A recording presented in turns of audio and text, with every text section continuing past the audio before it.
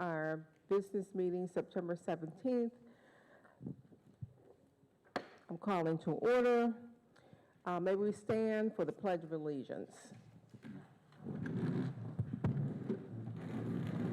I pledge allegiance to the flag of the United States of America and to the republic for which it stands, one nation, under God, indivisible, with liberty and justice for all. Thank you. We'll have our land acknowledgement read by Honorable Board Member Cindy McCutcheon.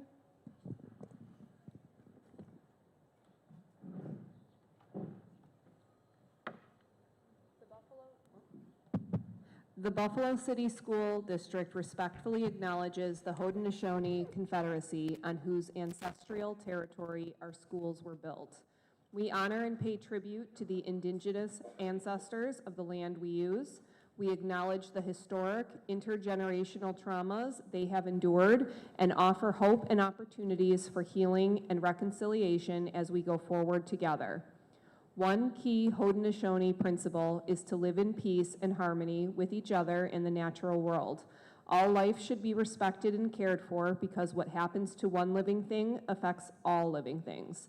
We are grateful for the abundant natural resources in this land of the Haudenosaunee people and for all who work to protect these resources.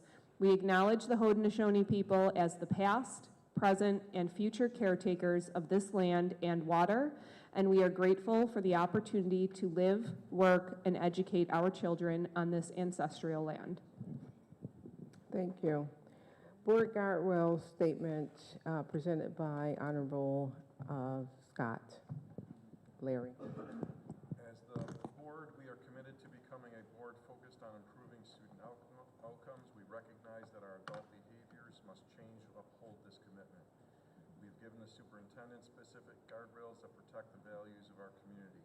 We understand the need to establish guardrails for our behavior as a board. The board shall operate within the board's role as defined in Board Policy 1110, 1310, and the board's current operating procedures defined in Board Policy as 1311 and 6110. The board, either collectively or through the actions of individual board members, number one, shall not invest less than 50% of its minutes each month into monitoring student outcome goals. Number two, shall not perform or appear to perform any of the responsibilities delegated to the superintendent. Number three, shall not violate any board-adopted policy or district procedure. And number four, shall not behave in a manner that would violate the student code of conduct. Thank you. The board held an executive session to discuss, number one, matters related to the employment history and potential appointment, employment, discipline, and/or dismissal of specific district employees, and number two, for the purpose of receiving legal advice. No official action was taken. Can I have a motion excusing Board Member Shuter from tonight's meeting? Board Member Belton Cottman, second by Paulette Woods. I'm going to turn it over now to Dr. Pasquale Mubinga. Thank you, Madam President. Board members, honorable board members, please would you join me to the floor over there. I would like to recognize one of our employees that's retired last month, and I would like to say a few words on your behalf, if you can just join me up there.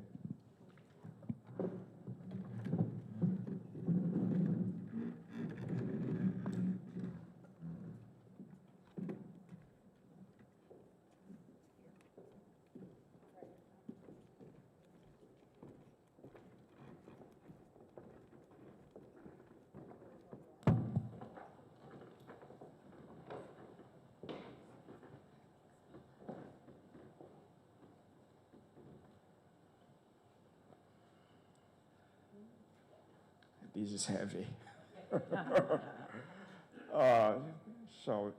Darlene, can you come up? Can you come forward, please? We just want to recognize and celebrate this wonderful employee that have served the district for 34 years. That's a long time. I know she had other opportunities where she could gone to other district, but she decided to stay here at BPS.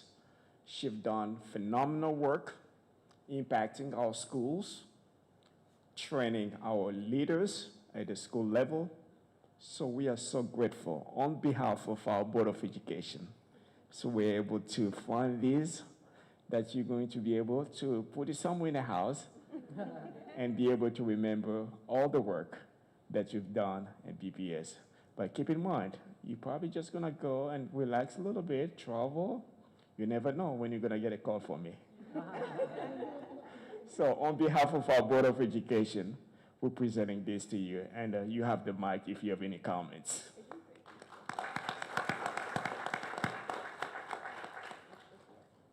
Heavy. I'm gonna hold it for you while you're making your comments.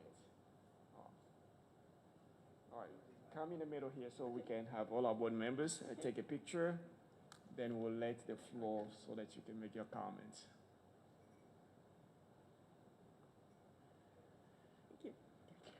It's yours. Good evening, Dr. Mubenga and honorable board members. I appreciate this recognition of 34 years of service to the district. As I stand before you, I'm filled with gratitude. I never imagined that as a child growing up on the east side of Buffalo and then Kaisertown, that I would end up becoming the chief of school leadership and security. I came into the district as a special education teacher with the belief that the power of education can change lives. I still believe that. I took that belief to heart as I rose through the ranks of becoming a program coordinator, an assistant principal, associate superintendent, then as the chief of school leadership. I also believe that you can't accomplish all that I've accomplished alone. I am so appreciative of all the people who stood beside me and with me throughout my career. The true highlight of my career has been the people, the brilliant minds I've collaborated with, the mentors who guided me, and the young principals that I've had the honor of mentoring. You have all played a crucial role in my professional journey, and for that, I am deeply grateful. To my colleagues who became friends, thank you for your support and friendship, especially Team Jesenowski. I'm especially thankful to my family, my parents and grandmother, who taught me the importance and value of education, the opportunities that it could bring, and also always stressing that with hard work and dedication, you can achieve your goals. To my brothers, Scott and David, and my sister, Kimberly, for always being my biggest cheerleaders and encouraging me along the way. To my most favorite person in the world, my niece, Ileana. Thank you for always showing me how important kindness is. You are the kindest person I know. To my husband, Tom, for his unwavering support from the beginning of my career. From laminating visuals to patiently sharing me with the district as we ate dinner and I answered phone calls. He has been my rock, and I thank him for supporting my career and passion for the career I love. Most importantly, to the students. I remember being 7 years old and dreaming of becoming a teacher. I would set up a classroom in my living room and taught all my friends. My dreams became reality. Stay committed to your dreams, and you can succeed with hard work and determination. Never give up. In the words of Roy T. Bennett, great things happen to those who don't stop believing, trying, learning, and being grateful. I am grateful for all my years with BPS and all those I've worked with. Again, thank you for the recognition, and I'll be rooting for BPS in all your successes. All right. Thank you.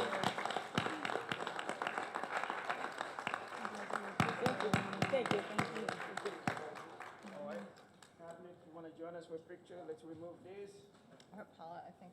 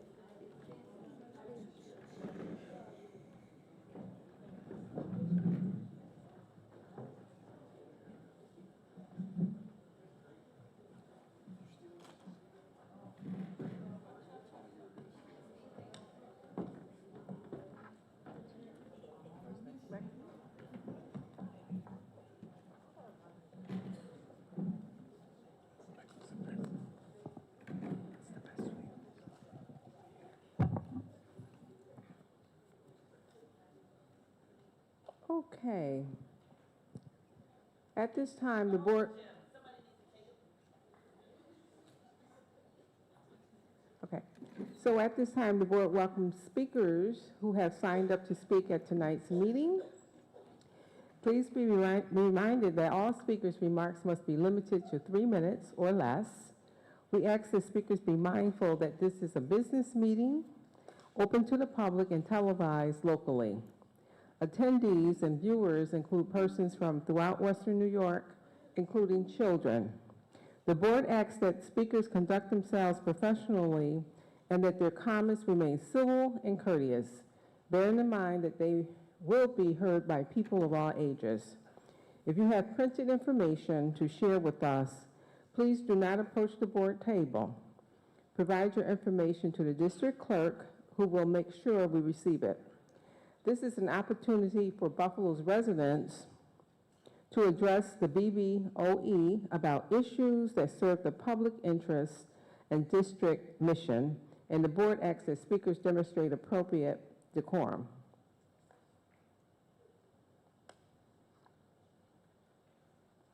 So our first speaker is Gwendolyn Carter, Best President. Intro as new Best President. Welcome, Ms. Carter. Greetings to the board. We're just here tonight to introduce ourselves, to be of service. I am Gwen Carter. I do like to be called Gwen Carter. I represent, and this is Ms. Dolores Rosso. I'm my vice president. We, at any time, our door is open. Whenever you need us, call us. We are here to support the kids and the teacher aides and assistants. We want to thank the board, all the members, Ms. Holly McGee, Ms. What's her name?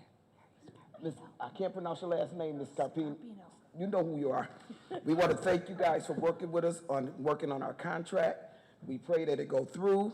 We are still asking for more, that we get more autistic learning for the teacher aides and assistants so they know more how to deal with our children.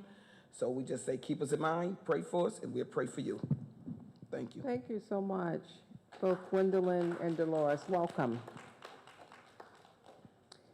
Our next speaker is Camille Fields, a concerned citizen, lifelong learning.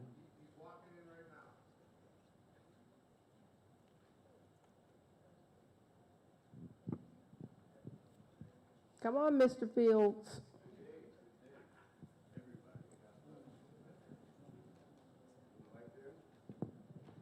Yeah, you're up. I just called your name.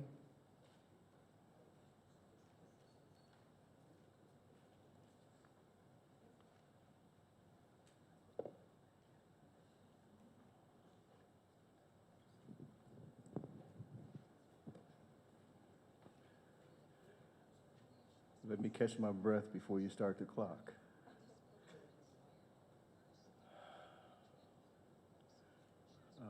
Blessed of everybody. I'm glad to see the board getting together to do the business. I hope the mission statement is still the same, putting students and families first to ensure high academic achievement for all. It's a great mission statement, but the one that the board has not lived up to in past years. I wanted to speak on lifelong learning,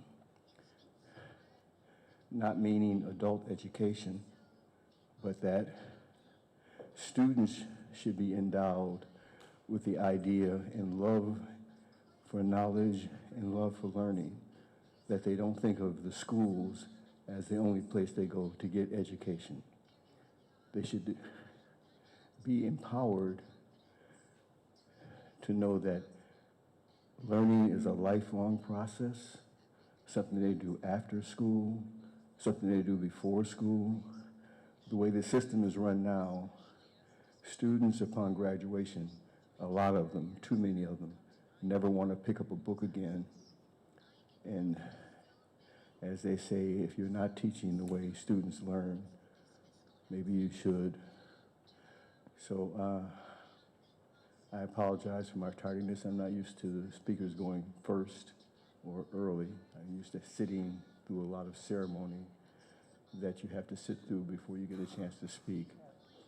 So I wish everyone well, mainly the students. And speaking of lifelong learning, what is there happening in terms of adult education? A lot of people have graduated from this school system, and they have not been prepared for life. They've been not prepared to read, write, or do math on their grade level. They've been graduated, pushed out, but not really well served. So my curiosity is what's being done to encourage people to come back to the school system to improve their lives and improve the city. Thank you very much. Have a blessed day. Thank you. Our next speaker is Caitlin Corral, parent, suspension reform.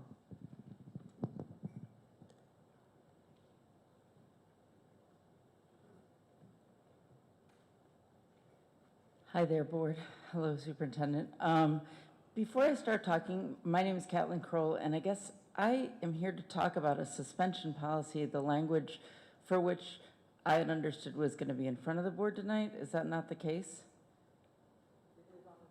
It is on the table. Okay. Pardon? Okay, wonderful. Thank you. I appreciate that, School Member.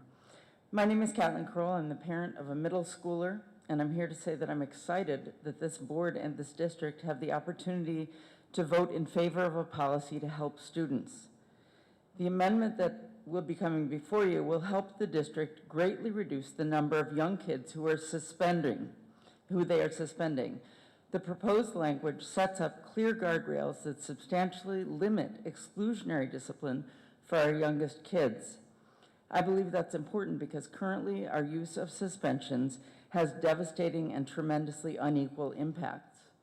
For example, Buffalo Public Schools has not even been in session this year for 2 weeks, and already 100 kids have been told that they will be excluded from school, and in 19 of those cases for a long time.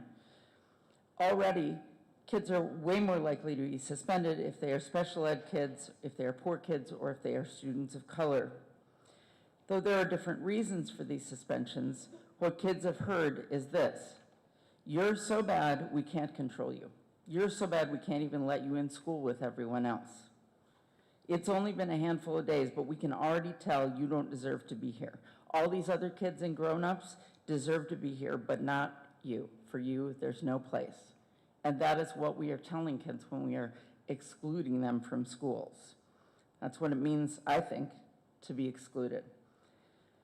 I served on the ad hoc committee, which you all have heard about, and on the implementation committee, and we spent a lot of time talking about making every constituency feel represented and whole. We also spent a lot of time talking about getting schools the support that they need, whether it's personnel or money or space or time, in order to make these changes real. We have a chance to move away from our suspension policy, a policy which has had discriminatory and long-lasting effects on many of our students. We can decide that equity and fairness and mental health and decency matter. We can use this tool to make us figure out how to support everyone. This language isn't the final step, but it is a good step. It's a move toward making the schools work better for our entire city, and let's take it. Thank you. Thank you. Our next speaker is Michael June, concerned citizen, suspension reform.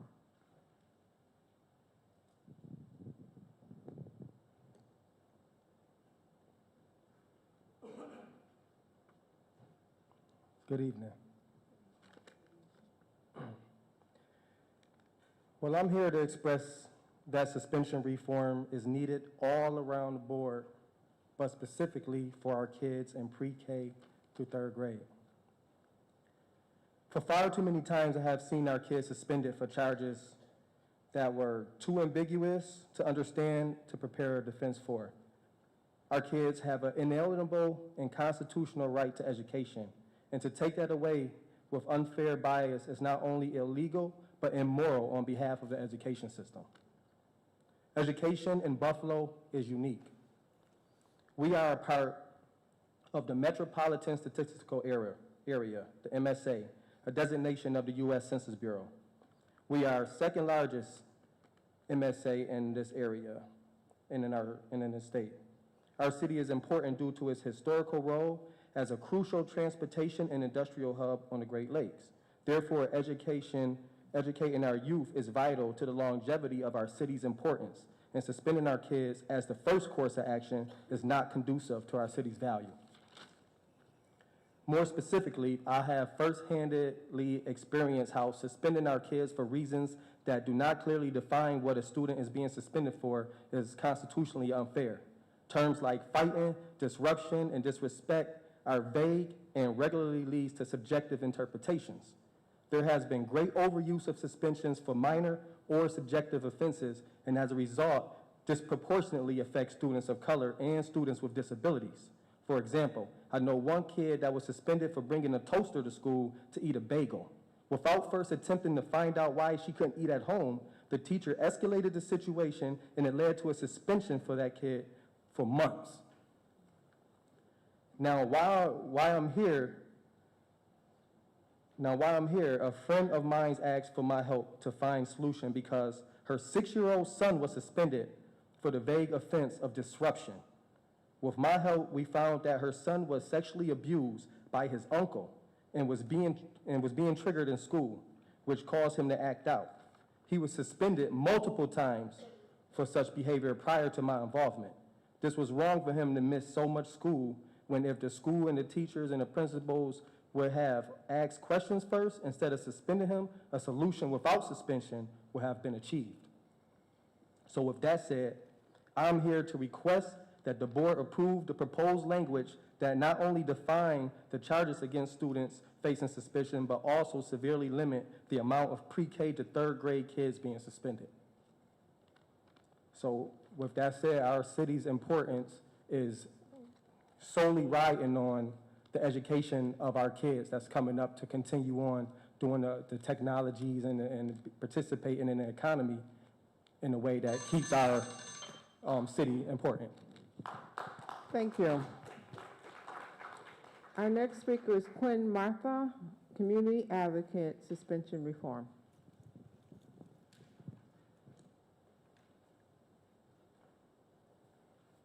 Hi, everybody. Hello, board. Good evening. Hello, Superintendent. It's nice to meet you. So I am here tonight to talk about suspension reform. And ending suspensions for pre-K through 3 students is something I care very deeply about. This is probably the 8th time in the last few years that I've been here speaking about it. And these are our youngest learners. They're still developing their social and emotional skills, still figuring out their place in the world and in school. And when we suspend them, we send them a very harmful message that we don't have the time or energy to show up for them. And this not only pushes students away from their learning environment, but teaches them that from a very early age that school is not a safe or welcoming place. We know that this has lasting consequences on our test scores, reading and math proficiency, and ultimately our graduation rates. If we want to improve these scores, we have to support our students from the start. And I'm a social worker, so I believe this, right? But it's also in line with experts and even the New York State Education Department, who has been recommending this for quite some time. Restorative skill-building approaches are far more effective and appropriate for this age group. Support should be our first, second, and third lines of defense because we know that they work. In the ad hoc committee process, while it was very necessary, it didn't deliver everything that families and educators had hoped for. It did, however, make one thing very clear, that parents and students who are the most impacted by suspensions want to end suspensions for pre-K through 3 students. This issue is very personal for me. As a pre-K and kindergarten student, I was also removed from school. I wasn't removed from school because I was disruptive, but I was removed because I wasn't reaching the same developmental milestones as my peers. And this, of course, had a long-lasting impact on my education and how I saw myself as a person. I'm advocating for this because I've been affected and I see the cycle continuing. And while I would prefer stronger accountability measures to the language, such as a sign-off from the superintendent or a designee, I see this policy as a step forward if it is implemented with fidelity and with input from families and students. But policy alone will not solve the deeper cultural issues we have in the district. Rebuilding trust between families, students, educators, and the district will take transparency, consistent implementation, and a shared commitment to truly centering students.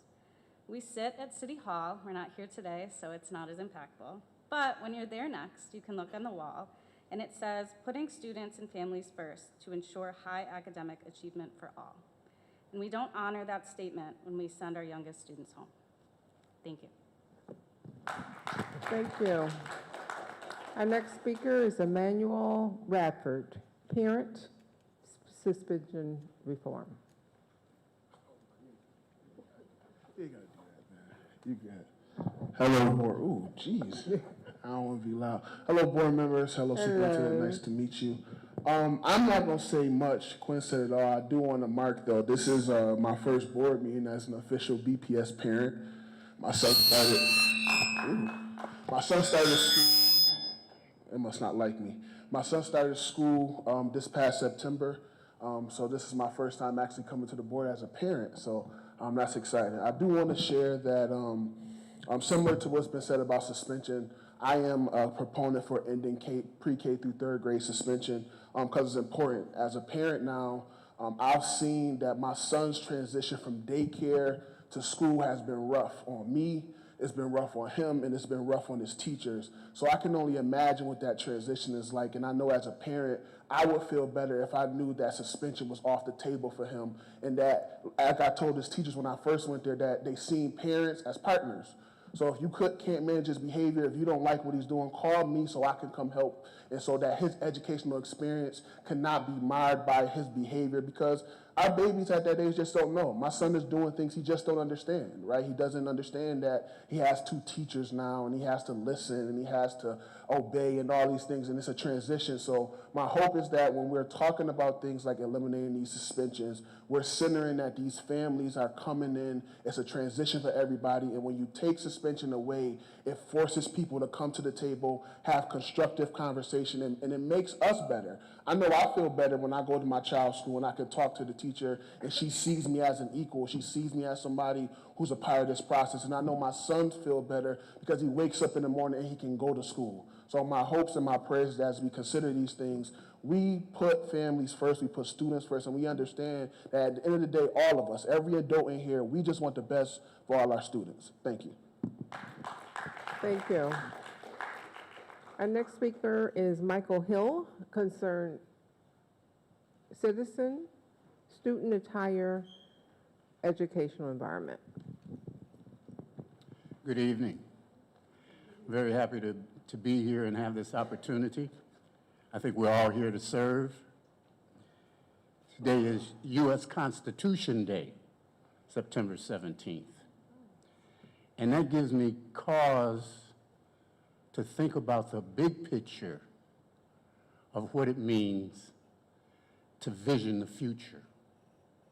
As we all here are listening to issues and concerns that require us to vision a future of the Buffalo Public Schools that's greater than the past, greater than the present.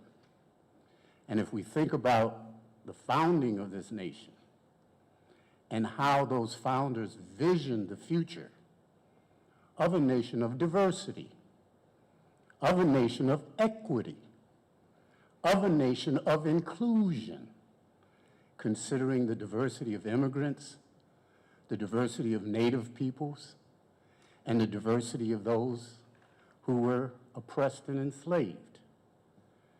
There's a diversity here in the school system, and it will not be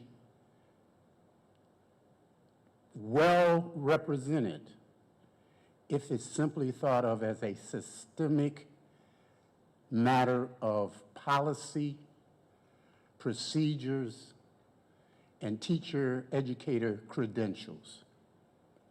There has to be in that visioning process a spirit, the same kind of spirit that moved the civil rights movement, that caused African Americans to say, enough is enough. And we did that. They marched across that Edmund Pettus Bridge with our children because we knew our lives, our well-being, the greatest good of this country depended upon a spirit and a willingness to understand human relationship.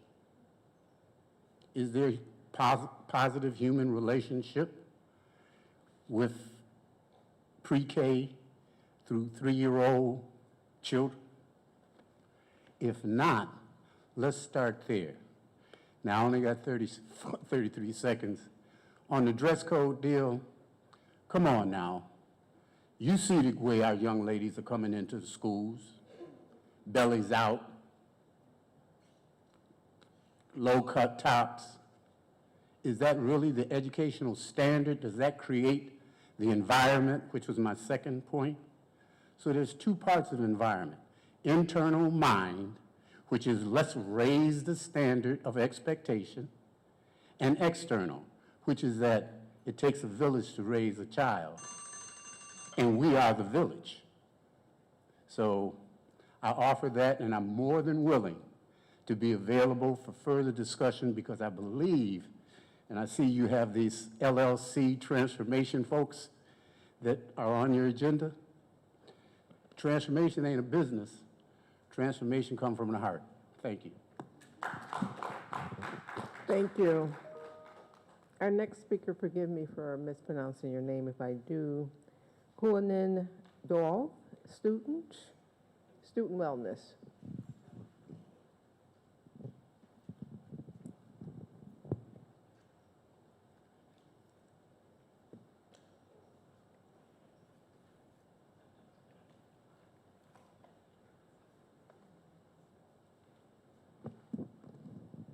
Hello. Hi, you want to pronounce your name? Quanin Dauf, Okay. K-U-A-N-E-N. Thank you. Good evening. Oh, I said good evening. Good evening, everyone. My name is Quanin, and I go to Burgard High School. I'm 15 years old, and I'm a youth community health worker. Today, I want to talk about something that matters for all student wellness. Being a student right now is not easy. We deal with long school days, homework, sports, social media, pressure about grades, and sometimes problems at home. Wellness is not just about being healthy. It's about our minds, bodies, and emotions all working together. Student wellness is more than just grades. It's mental health, physical health, and a sense of belonging. We can support students by increasing access to counseling. I'm promoting healthy eating, physical activity, and making sure every student feels safe and included. When students are mentally strong, physically healthy, and connected to their community, they can succeed both inside and outside the classroom. When we talk about student wellness, it's not just about eating right or passing our classes. It's about creating a school where students can feel safe, supported, and motivated to succeed. Right now at Burgard High School, we face some real challenges outside of school, and that trauma follows us into the classroom. We've seen fights, threats, and even teachers being attacked. Inside the building, safety is a big concern. Although we've seen some improvements at my school, there are still issues that need to be addressed. Academically, we struggle with low graduation rates, too many students dropping out. When students don't feel connected, they skip class. When they don't feel supported, they give up. And when our programs and sports get canceled, like football, it takes away opportunities for students to belong to something positive. And I hope to be able to be a part of making my school and my district healthier and safer. Thank you, everyone. Thank you so much. Our next speaker is another student, Alua Bam, student wellness. Is there a way I can lower this? Actually, I can hold it. Oh, shoot. I got it. This is fine. Good evening. My name is Alua Bohm. I'm a sophomore at Olmsted, and I'm also a youth community health worker. Today, I'm speaking about student wellness. When school first started, I noticed that there weren't any working water fountains. But today, when I walked into school, I noticed that there was a working water fountain on the second floor. But yet, this still isn't enough. When kids are thirsty, we're stuck going from floor to find water, only to go back to class with an empty water bottle, a parched throat, and a write-up for being late. At Olmsted, there are approximately 5 water fountains per floor. 4 out of those 5 water fountains are old, dirty, and unfiltered. We're told not to drink for these reasons. Today, I went around the school asking other students about the water shortage, because it baffles me that at a school at Olmsted with over 900 students and 1,000 people in and out of that building daily, there's only one filtered water fountain. When I asked a group of seniors how they felt about the water shortages, they stated that this was the norm at Olmsted, where the water fountains are only filtered for about 2 to 3 months before they need a filter change. And most of the time, the filter never gets replaced.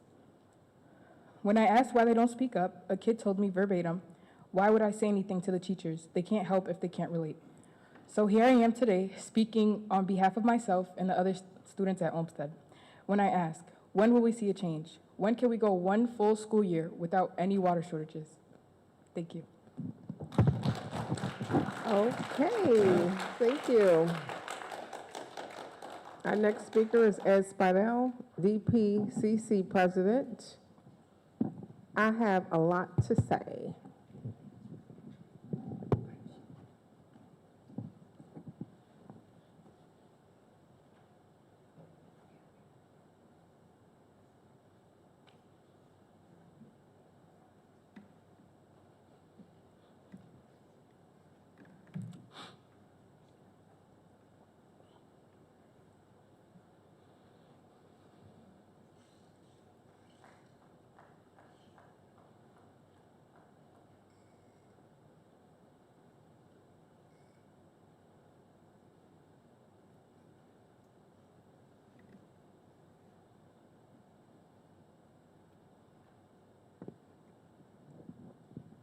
You're on, Mr. Spidell.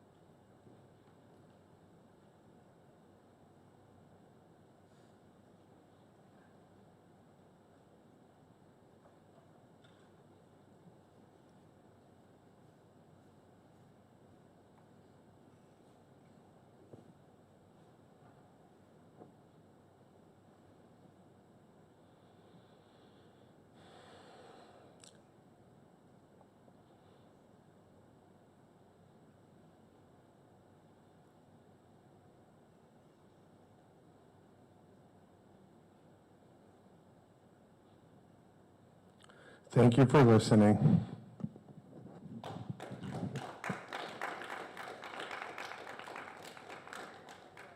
Our next speaker is Jessica Bauer Walker, parent, student wellness.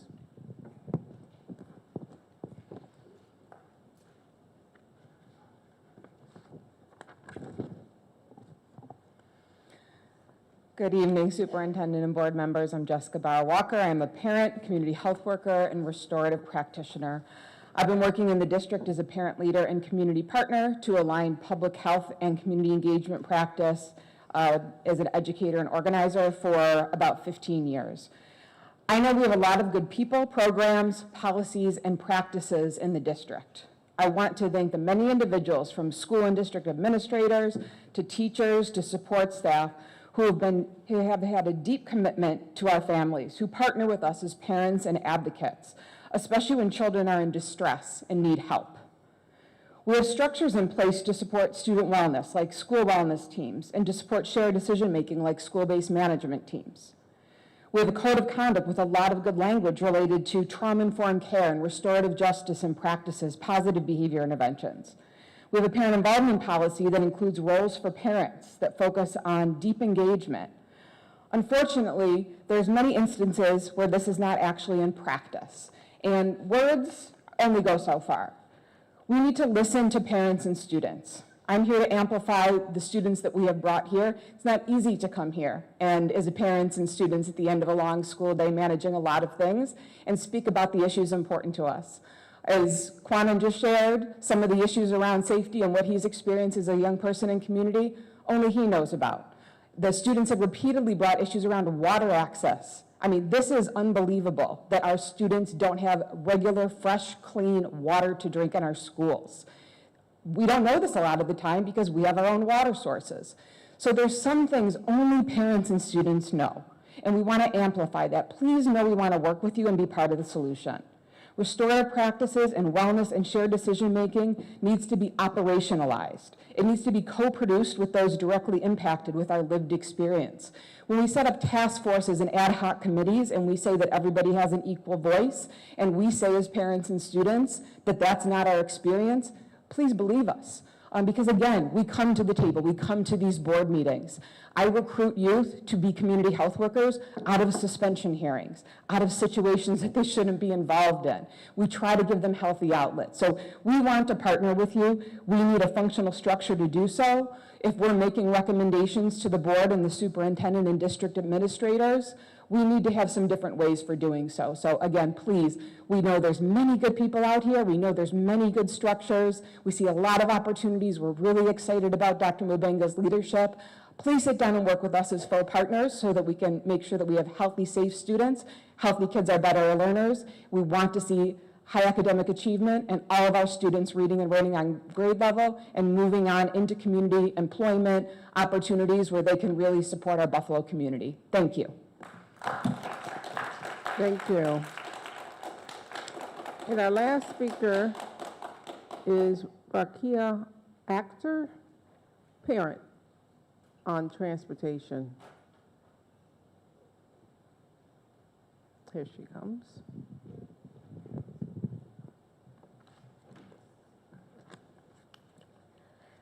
Good evening. I'm here tonight as a parent to raise an urgent concern about student transportation in our district. Our district is currently under contract with First Student, and unfortunately, transportation issues have been persistent and long-standing.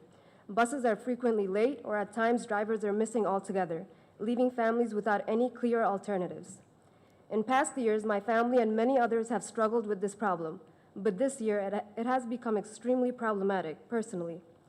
My daughter has not been receiving reliable transportation. This has resulted in her spending excessive and unnecessary hours at school or being left without a safe and dependable way to get home.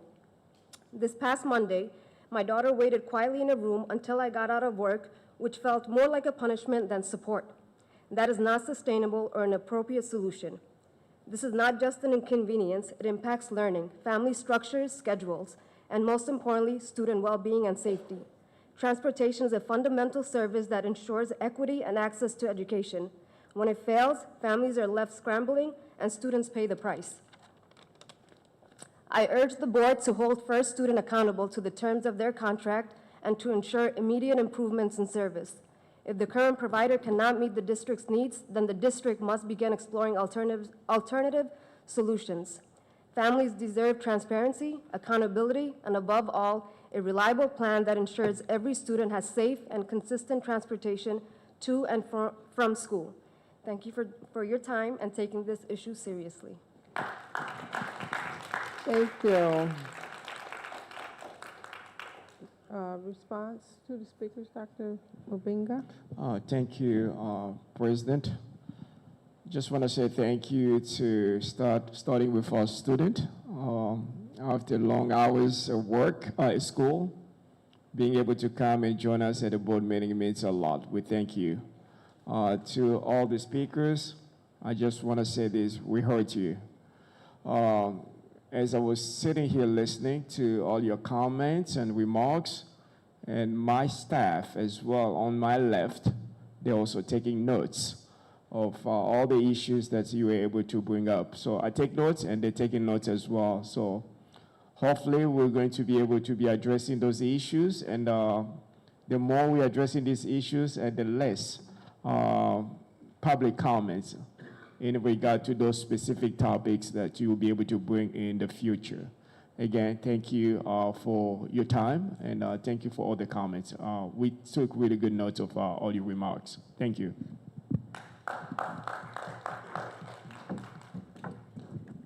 Where's our student representative? That will be next month. Oh, next month, okay. Thank you. Superintendent update, that's on you. All right, thank you again. Superintendent update. Without further ado, I'm going to invite one of our staff members, Dr. Kelly Bodo, to come forward in absence of our chief academic officers who could not make it today. And we have Dr. Bodo that will be presenting our data. Admir, can you put the first slide up, please? Good evening, Dr. Mabanga and honorable board members. I've been asked to come today to speak to the monitoring goals for Goal 1 from the 24-25 school year that spoke to literacy, and Goal 2 that spoke to mathematics. Goal 1 for literacy, we looked at our economically disadvantaged students in grade 3. We were looking for an increase in proficiency from 17.1% in 2024 to 19.3% in 2025. If you look at the visual that is below, you will notice that our third grade students our students that were third grade last year achieved that goal that we had set forth for them and exceeded it. The third grade children last year ended with 26.9% proficiency, so we were over 5% above the targeted goal. Some of the advantages some of the benefits, we did move into year 2 of the MyView program for literacy. We have been training teachers in morphology so that they can increase vocabulary. We've also provided IMSE coaching, which we will be expanding this year. So this year, the IMSE coaches will be doing side-by-side coaching in all of our schools to provide additional support to hope to continue to keep that percentage increasing. Are there any questions with Goal 1? Admir, if you can move to Goal 2, please. Goal 2 was a mathematic goal. It looked at our economically disadvantaged students in 6th grade, and we were hoping to increase the proficiency from 23.5% in September of 2024 to 26% in September of 2025, focusing on how last year's 6th graders did on their state assessment. You will notice we did not meet the target on this goal. The 6th graders in school year 2023 were at 23.5%. Our goal was set for 26% for last year's 6th graders. Last year's 6th graders came out at 20.9%.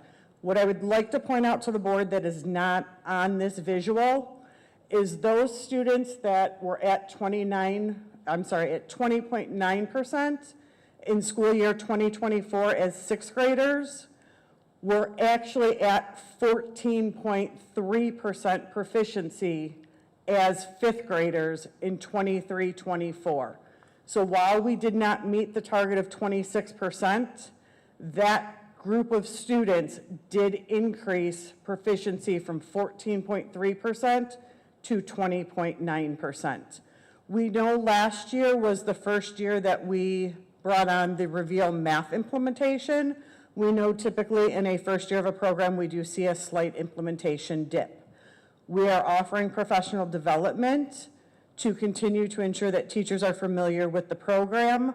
The math department has started MLCs, so learning communities, for both teachers and administrators to help increase knowledge around the new program.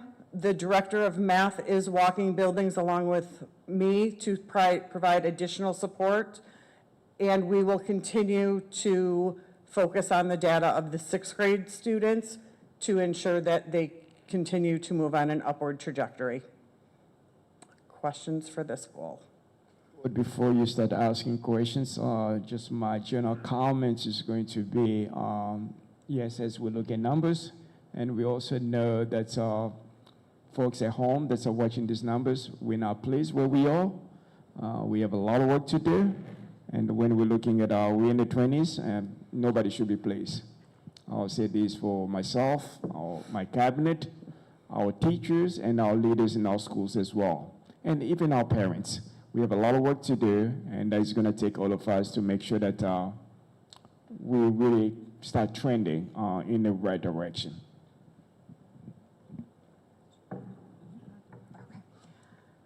Hi, I was wondering if you could tell me a little bit more about what we're going to do next steps as far as child-centered. Like I see like adults visiting the schools. I see Math League, seems like students in particular.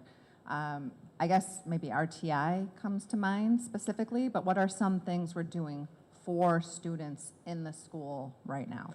So students in the schools for math have 60-minute blocks of core math instruction and 30-minute blocks of response to intervention instruction in grades kindergarten through 6, so that we do have that RTI dedicated time to target skills that they may be struggling with.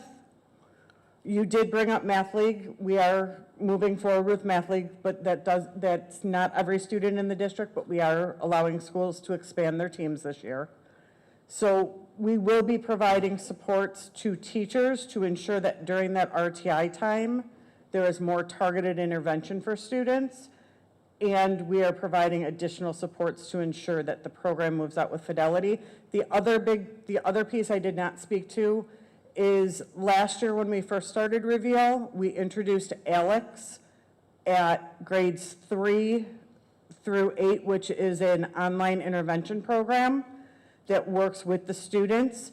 This year, we have also brought on the kindergarten through grade 2 level of Alex. We purchased that so that students will have that targeted intervention program now through all of their elementary years. Okay, and then 2 more questions. Can you tell me how many schools do not have a math or instructional coach at this time? I can get you that data. I don't have that number off the top of my head. Okay, and then finally, for K through 6, you said the 30-minute RTI blocks for math. What happens, students that are identified for RTI, do they miss out on WASED, or are they taken out of RTI to do that? Or do they get both? Currently, right now, WASED is offered in one section of that math intervention block, but all children in that 30-minute block do receive their response to intervention. So it's not that 2 children are pulled and don't receive the same intervention. They may do a walk-to model, or they may do small groups within their teacher's classroom, but we do see the intervention for children for that 30 minutes. Thank you. I have a question. So 24-25 was the first year of Reveal Math implementation. What makes the district go from one math intervention to the other? So Reveal Math was actually our core instruction. So up until this time, we were using the New York State modules at the elementary level.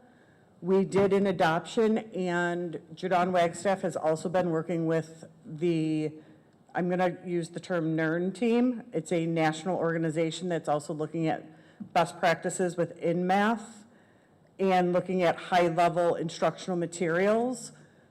So what we learned from working with them is that we had the math modules, we weren't getting the successes. We did go to an adoption and we looked at what were best products that were out there.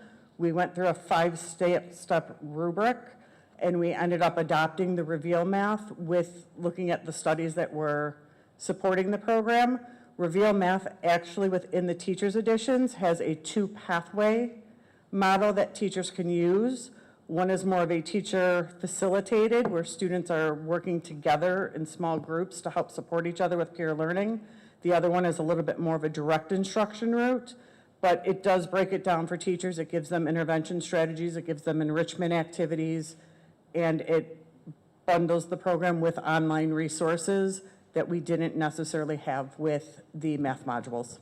Thank you for that explanation. I know we were in LA last week, and it just appeared that many of the board members were involved in that transition. So when they choose different math modules, at least the board has some sense that it's changing. So I don't expect you to answer that, but it was just, I felt some kind of way that other board members were involved in that process, and I don't think we have been. Well, I'm just telling you what I experienced in LA. Thank you. Thank you. So I just want to put in my assumption out there, and you can agree or don't agree, but Okay. I really feel like the fact that these goals were put in place, a lot when we're expanding teams, you had made the statement that you had allowed teams to expand, the different ways we're looking into different things. All of this work that's happening that wasn't, as you stated, wasn't really happening before, but you're now looking into, is because we're trying to reach these goals, right? This is in clear, the clear direction to hit the goals that I just want to put out there again for community. If we didn't put these goals out there, maybe some of these steps wouldn't have taken place. So I'm just kind of, I don't know if it's happy or proud or whatever it is, but I feel like a lot of work is happening because we took the time as a district and the board to implement goals and make real attainable monitoring possible, and then you were able to explore. So that's my assumption. I want to go with it, but if I'm wrong, please let me know now because I'm making a public comment about it. So I don't want to say you're incorrect or correct. I'm going to kind of play neutral there and say when we talk about the teams like Math League, that's been a vision of the math department over the last 5 years. We expanded from only having 7th and 8th grade children in Math League to now we have children from 1st grade to 8th grade in Math League. So that was part of a vision that they saw, but it did take years to grow it. It's not something that we could just, we had to grow a team, a grade level for a team every year. And the other programs, we have to grow them, yes. Yes. You're welcome. Dr. Baldo, and I'm going on the record to say that Kelly is my favorite person in that department. Now, with that said, I need a favor after this meeting. But anyway, Dr. Baldo, I have a question. So when a new program is introduced, how do you monitor the teachers that are being taught under professional development? Do you have like a threshold or goal or whatever? So through the professional development, we tried to get every teacher that was a teacher of mathematics through professional development when we first rolled it out, whether it was starting in the summer prior to or in the very beginning of September. Using the professional growth system with our staff development, every teacher has to register for the sessions they attend, so we can actually run reports afterwards to see. So over the summer, we ran reports to see who were the teachers and what percentage may not have been trained.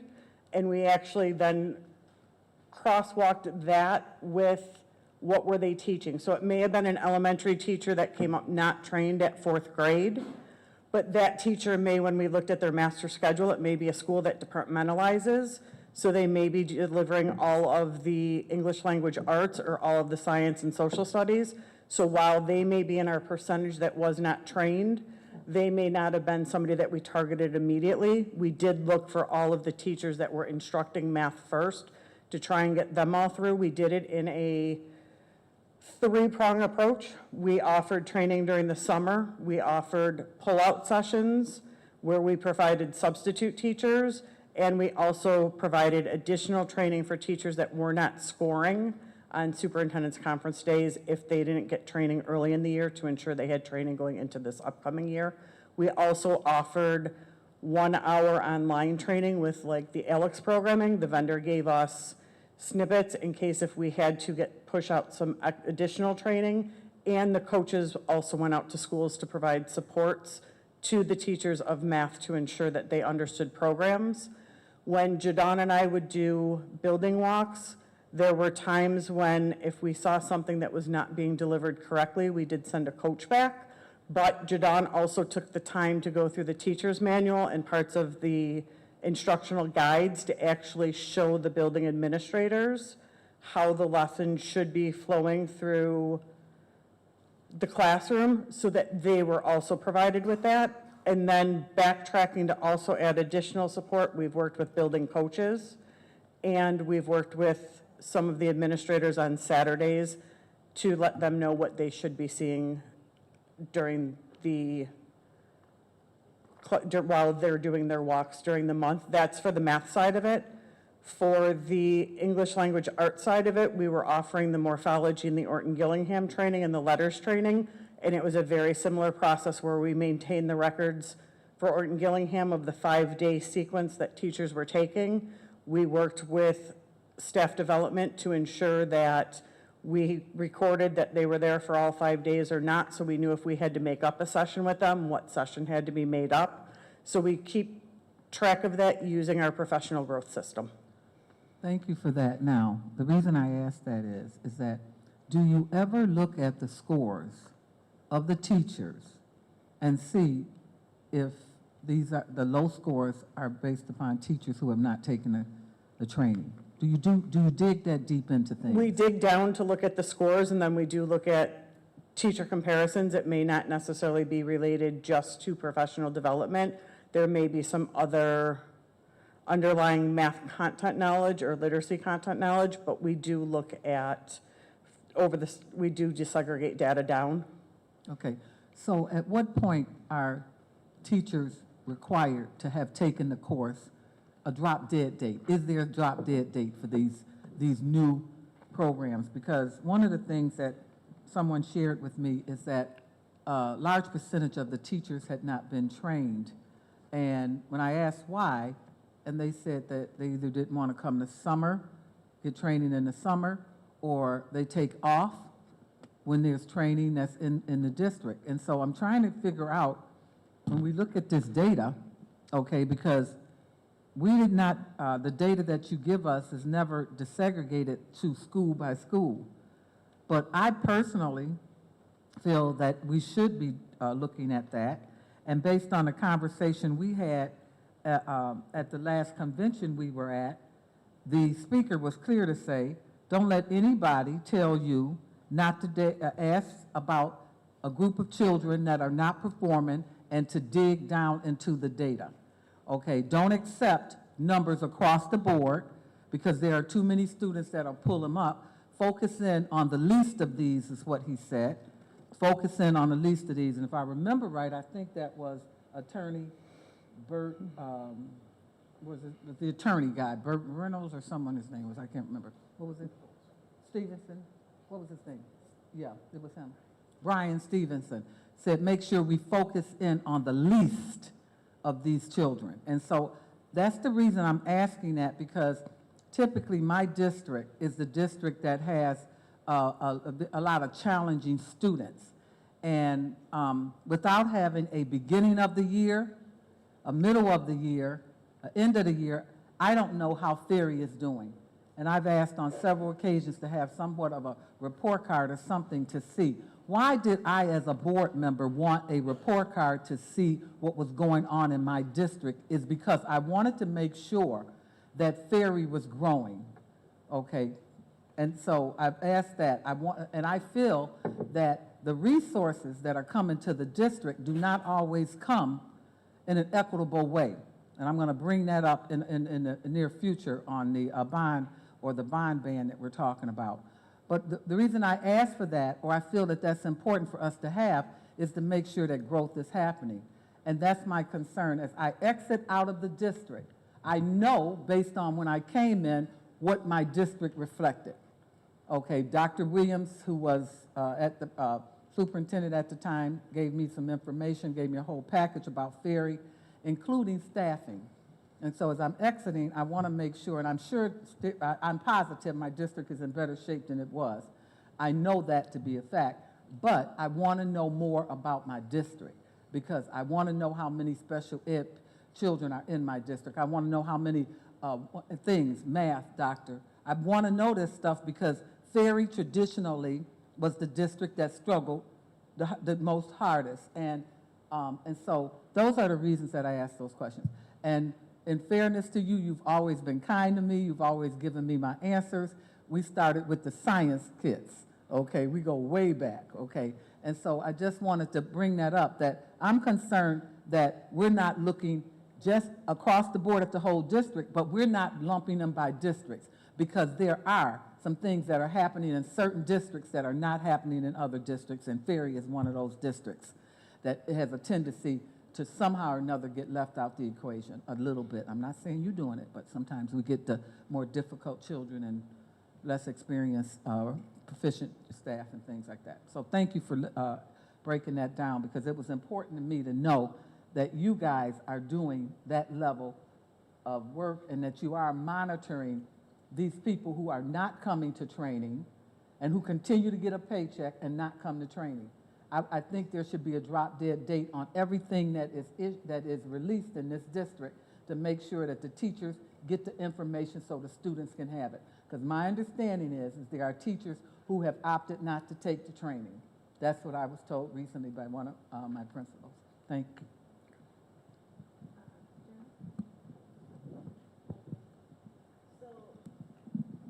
It's green. Okay, there we go. My question is kind of a follow-up to that. I know that, and I love the structure of how you're rolling it out. I also have heard that there's kind of like we have to do this, so there's teachers are not being like prepared to know that they're going to be in a training and have to scramble to figure out lesson plans while they're out of the room. I'm just putting that out there. But my actual question is there like a mandatory review? Right, I know that you had said coaches will be there and there's additional supports if something, if you were to notice anything, but if everybody is to be trained, especially with something as important as this, that we're gonna be monitoring our goals from, are all these teachers also required to review? That question was formed because of the, beginning, middle, end reference. Is it voluntary, or it's there if they want to, or is there an actual, okay, we want to make sure you have all this down to everybody, whether they do well or not? There are some trainings that every teacher has to take. There are some additional trainings that are optional for teachers to come to. But one of the things we also can look to is every building has grade level meetings or common planning time meetings, and we do get calls from principals asking for additional support during those blocks of time to provide additional training or additional support. Buildings will use that time to look at data. They'll work with their associates of school leadership on plans. So I don't want to speak to what building principals do per se or require during that, because it's not in my view, but the directors for both literacy and numeracy will go out and provide support during those meetings also. But they are made aware of professional development training sessions, especially if we have to pull them out during the school day. They are made aware ahead of time that we're pulling them on such a day in the morning or in the afternoon because they were unable to attend during other trainings.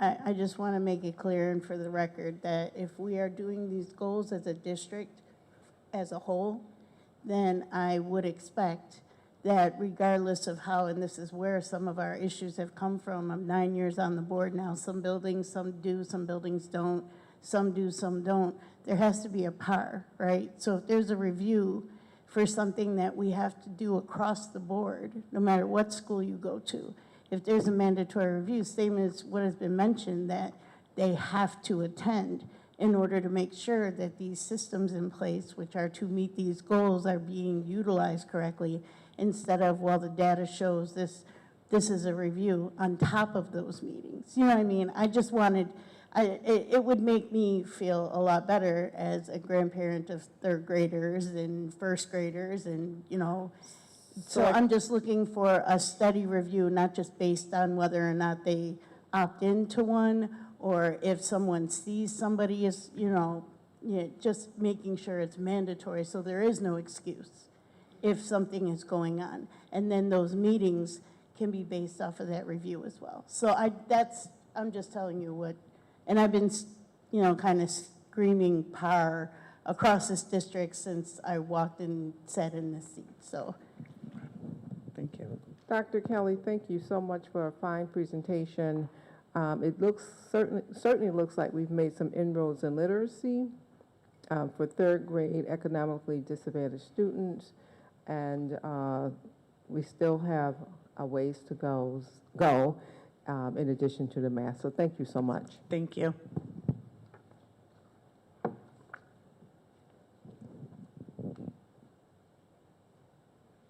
Can I get a motion to approve the minutes from the August 20th, 2025 meeting? Cindy McCutcheon, second by Sharon Belton-Cotman.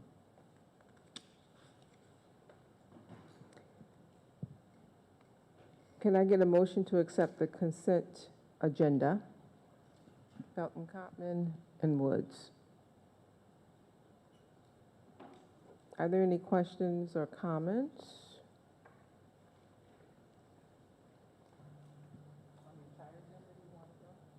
Yeah, it's under the consent agenda, it looks like. Did we take action on removing an item from the agenda, or is that coming? Not yet. I'm going by my script. I don't see it. Madam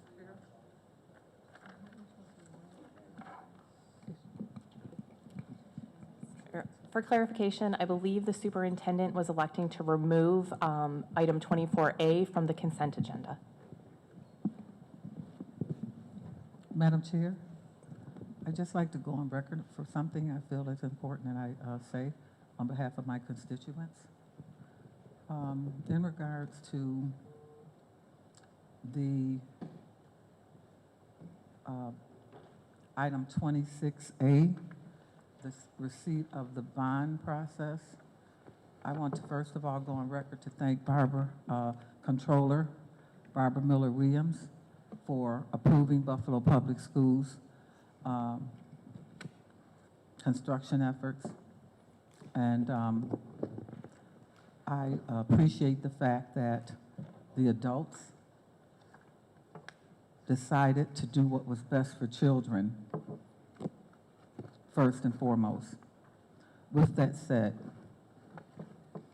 there's an equity policy that exists, an equity resolution, I should say, that exists in this district.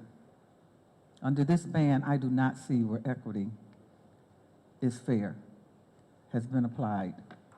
There are schools on the east side that have water leaking in their buildings. They are not on here.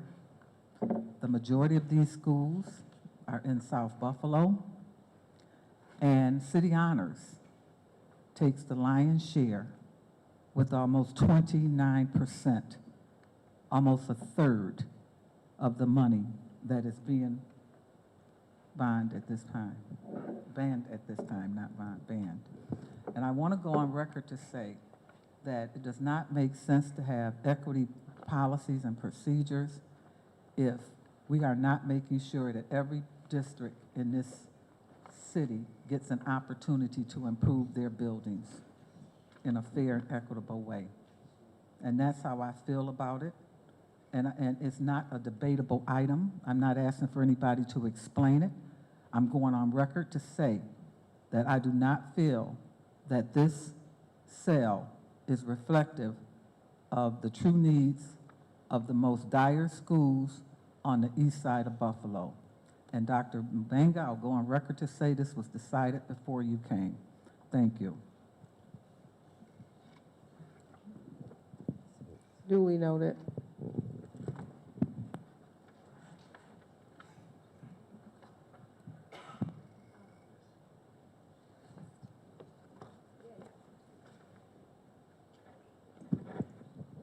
Any other questions or comments? Adriana? Me, per usual. I wanted to comment on 11, Educational Affairs, A, Erie County Restorative Justice Coalition. I just wanted to acknowledge and applaud the principals at the 3 schools for making that commitment to employ restorative justice and lower their suspensions. 11D, the Buffalo Philharmonic. That is such an enriching experience for our students. It fills me with joy to see their joy. I've had the opportunity to chaperone a couple of those with different children. And then I had a couple questions about 18, Business Affairs, M, was ed STEM instructional kits.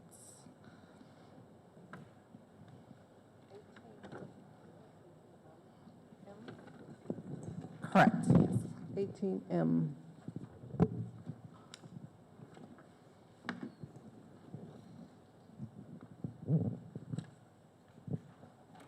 Ms. Walker?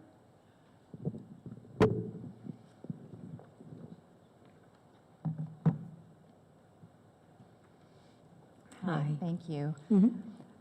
So we did in May, we approved the budget for $2.4 million for WASED. I just was wondering more about the budget shortfall. I saw on the invoice, it says it's from March 2025. It looks like 2.84 million is there. I guess I'm just wondering, is there a way to reconcile this budget shortfall? Like, we all have very difficult decisions. Today at this table, we have a really hard decision to form the committee to close 2 schools. So, I mean, I guess when I look at the numbers, it's like, oh, if we can trim 81 kits, then that would save the $334,000. I guess we can have a conversation too. I just felt like the data from the report raised more questions for me, just about how we're measuring the effectiveness or tracking the students taking classes. And I know we started the conversation Monday. Thank you. Good evening, Board. I'd like to address the first question that you had. Yes, it's 300,000 in excess on the board rec. That is not a purchase order to purchase the materials. Oftentimes, in our 26,000 line budget, some items come in higher than what's in the approved budget, always by a nominal amount. Anything greater than, say, 2-3% we bring to the board, like we did in this case. The cost of the materials, the configuration of them exceeded the budget by $300,000. It's a board recommendation. It's not a purchase order. We're currently undergoing a district-wide inventory of all WASED materials at every school and at 3 inventory locations. We'll have those results back in about 3 weeks. The results of that inventory could absolutely result in the actual purchase order being back to the original budget level. I'm not promising that, but there's an inventory in progress that'll, we'll report back to the board in about 3 weeks. Thank you. Thank you, Chief Barnes. Thank you, Chief Walker. Sure, you're welcome. Board Member Scott? Yes, I just want to follow up on that, and Chief Barnes, I might need you to further explain something. So first of all, I just want to go back to last budget season. In my budget meeting, the $3.8 million that was allotted for WASD, the annual expenditure, was decreased to $1.8 million. It then crept up over $2 million when it was presented at the budget, with the budget, and now it's an additional $300,000. The inventory, I think, is long overdue. And help me understand, how come we wouldn't thoroughly do that before we approve spending any more money? Again, citing Board Member Zulich's perspective that we have to be careful about our spending. Sure. Timing is the issue. We had to get an approved board rec prior to placing a purchase order. So if we would have waited for another month to complete the inventory, you'd be in October or even the November board meeting. That would put the ability, if everything goes fine, right? Inventory lowers the purchases. The board agrees that we're going to continue this program this year. You need the time. You got to have the board rec before the purchase order, and then you got to have these kits for the January sessions. So it's mainly a timing thing that it showed up right now. And yes, Larry, you're right. Inventory was long overdue. Yes. But Chief Barnes, you can assure us that if after that inventory, potentially, there could be a change in this order and a reduction? Potentially, Larry. Potentially? Yes. Not definitely? Correct. Okay. And then just last thing, comment, just want to reiterate, I think it was mentioned earlier, literacy, numeracy are our two main goals. And I object to using RTI as a time to implement this program. That does not devalue the program or isn't intended to devalue it.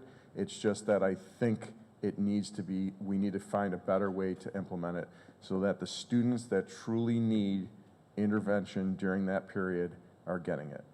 I totally agree with you. And I am working with Chief Botticelli to come up with a solution to that. Madam Chair, Dr. Cotman? I'd like to go on record to say that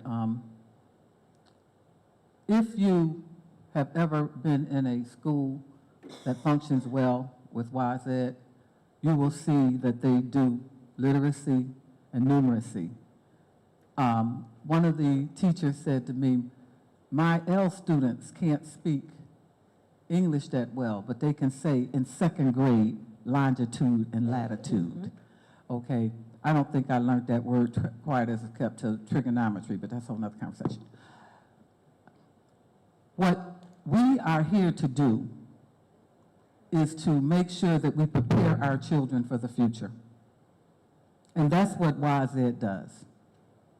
It is unfortunate that everyone has not embraced it or have not had the opportunity to learn how to work it in. But the schools that are working it in, some of them 4 and 5 times a week. They don't have the problems of behaviors. We should be about moving our children to the next level. We just came back from seeing a very progressive school district that really, it hurts me to think that I'm leaving the board and I thought we had achieved some stuff, and then to go and see what really is happening in the rest of the country. They have children flying drones in the second grade. They have grade 2. They start in grade 2 to bring the kids in. he said we start at age 2 to bring them in, because the parents need to go to work, and to live in this city, you have to make a minimum of $75,000 each to survive. I'm saying all this to say is that this priority of this board has to be about children first. So when we start talking about cutting or not providing resources for children, and on the other hand, we're making sure that we cover a large percentage of our money. And Jim, I don't know how much it was, but I remember you said that you were estimating that we were going to get $72 million in foundation aid. I don't know what it came in at, but you also said you expected 70 of that money to go to salaries. This is a small amount in relationship to a $1 billion budget. It is the last of 3 packages we had to buy. Okay, so we have all of them. The consumables, we should be able to handle that like other districts do. Normally they can do it at a small cost. But when this board starts focusing in on adults over children, we've got issues. So moving forward, we need to be clear that we focus on the children first, to make sure our children are taken care of, and then we work on the adult piece. And we won't have to have this conversation. You guys won't have to have it in the future. And we won't have to mobilize the community to come in here and make it clear what our priorities are as a district. And so I wanted to say that because sometimes we forget that if we don't prepare our children for the future, they won't get the jobs.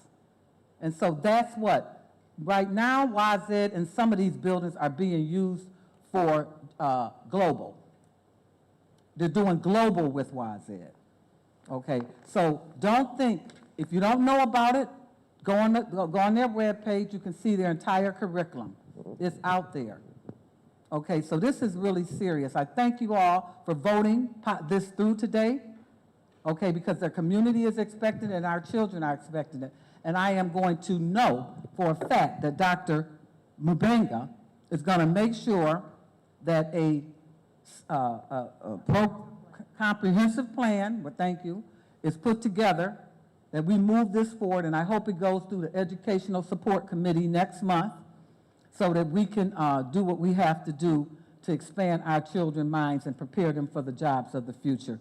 Guess what? They don't know they're learning when they're doing WASED, and they're doing math and all sorts of stuff.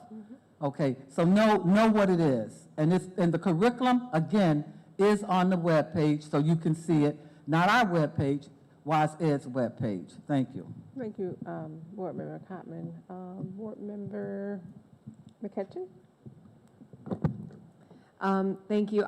This is a comment, it's not a question. I have no issue with the WASED program as it stands, what it's created, its purpose, any of those things.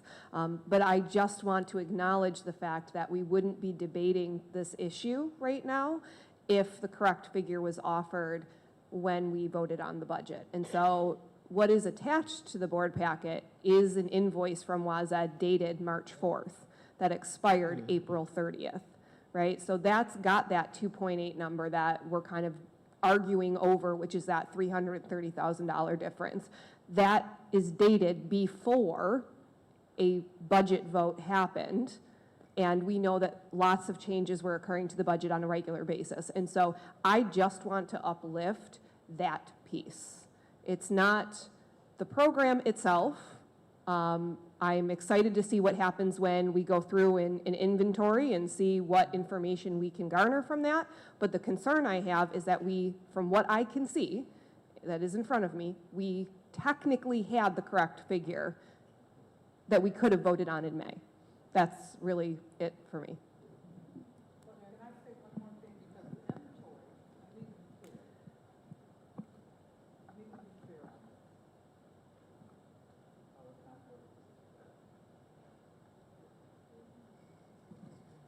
It's working out. The inventory that's about to be ordered is the third. 1, 2, 3. So I don't know if you're expecting to see a lot of extra stuff, because this is rollout 3, okay? Correct. And there are some schools that want more kits, okay, than what was allotted. They want to expand into different ways, but this is, so it's interesting to see what the inventory brings back, but it's even more interesting to know, as part of that report, what schools utilized it and what schools did not. Correct. That's important. Thank you. Dr. Mbenga has a master plan to ensure that this project move forward with Ms. Walker. Jen, and then we need to move on. Okay, so my comment is sort of similar, but I want to be specific. When it comes to the inventory, the rumor is that there's still inventory from the original kits. And if we start to really resource schools so they're able to use this and to use those original kits, and because it's staggered in different stages, with this money that's out there that we owe, once we're done, because this is supposed to be the last installment of these monies, correct, for this program? So if we start a school, you know, new school, the first kit, and stagger it, if we have to order more, based on the fact that inventory shows we had the original kits and we want to continue, would that cost us more? Because we've already had the kits there? My question is like, would we have to spend more because now we have the resources in place, we're doing what we have to do to implement it in the schools? Would we spend more to continue the program if we started from scratch with kits we found from the beginning? I'll answer your second question first. It's no. And most importantly, your first comment, the purpose of the inventory is to dispel all the rumors and there's only $5 in inventory at the schools. No, there's 20 million. Well, we're going to give you a hard figure and then we'll go from there. Kathy? Okay, Board Member Woods?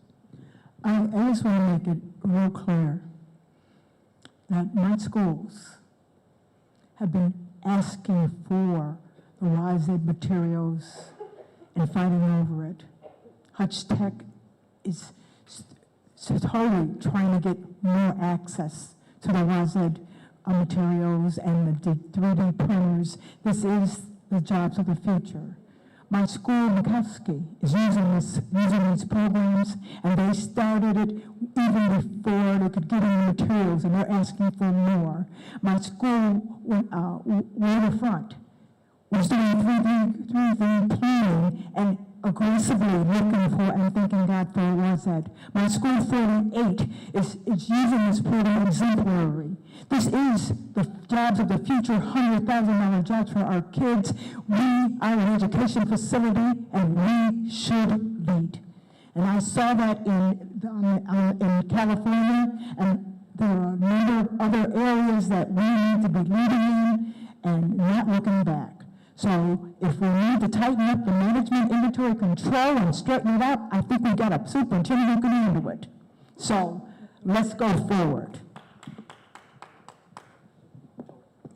All right, let's move on. Thank you, Ms. Walker. Thank you, welcome. Mr. Thank you. Bonds.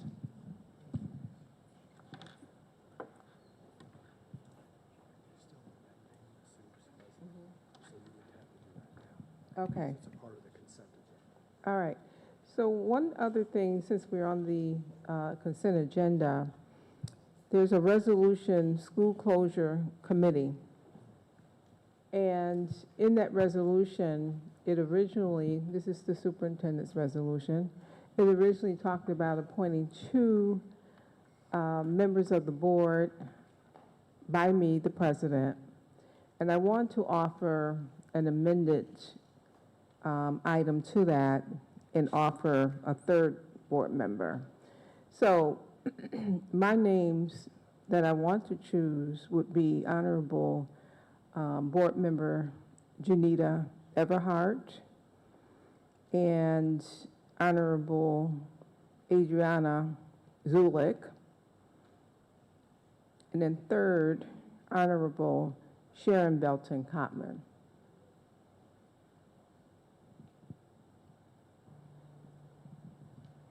Questions? Motion? This is an amendment to the superintendent's resolution for school closure committee.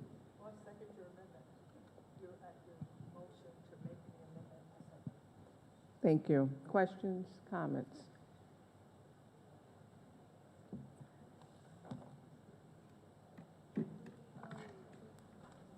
What item number is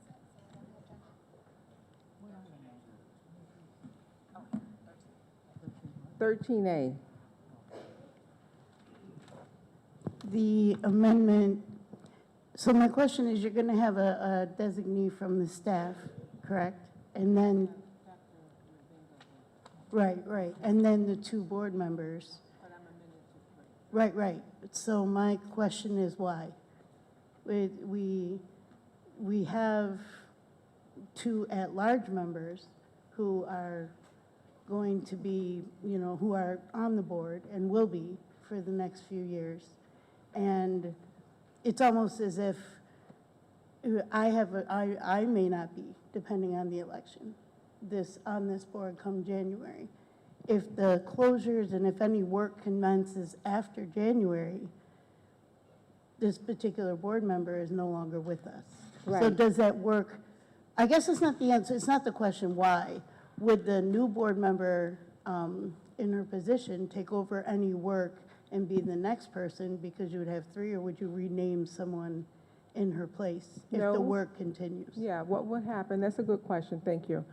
Sharon Belton-Cotman will be leaving the end of this year, 12/31.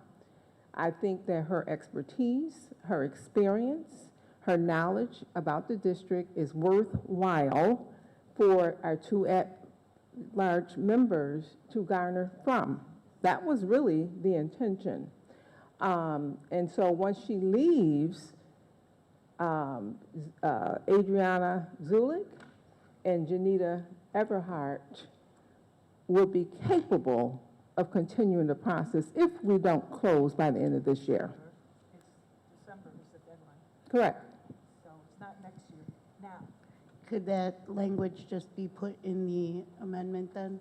Because I was under the impression that if the work continues, we would have to rename someone, or the Ferry District Board member would take that over. So can you just state that after December 31st, it will be in the hands of the 2 at-large, and the 3rd will not be necessary? Absolutely.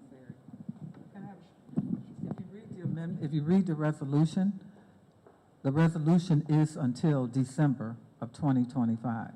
This has to be done before the end of the year. Right, no, I see that, but I also look at the work. And the work is never, it could be spelled out on paper. I'm just trying to be proactive, that's all, in case the work continues, in case there's hiccups, in case timelines change. I just wanted to be sure of what that looked like. Yeah, I understand what you're saying. So that 3rd candidate, Sharon Belton-Cotman, would just drop off, and we'll just have the 2. Amen.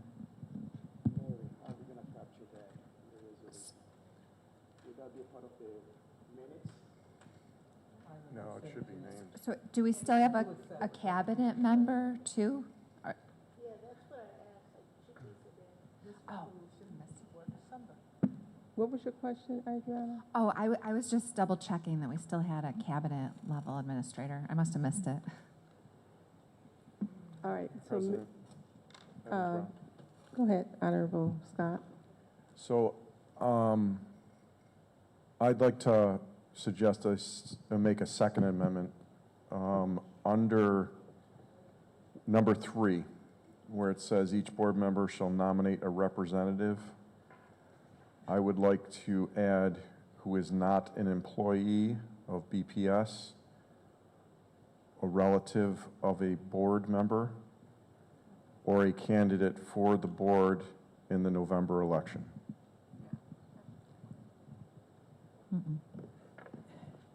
All citizens pay taxes, all citizens can vote. Those kind of restrictions are just totally undemocratic, not fair in any of our bylaws, corporations, period. You can't negate citizens' rights. Please don't do that. Can I have a second for that amendment?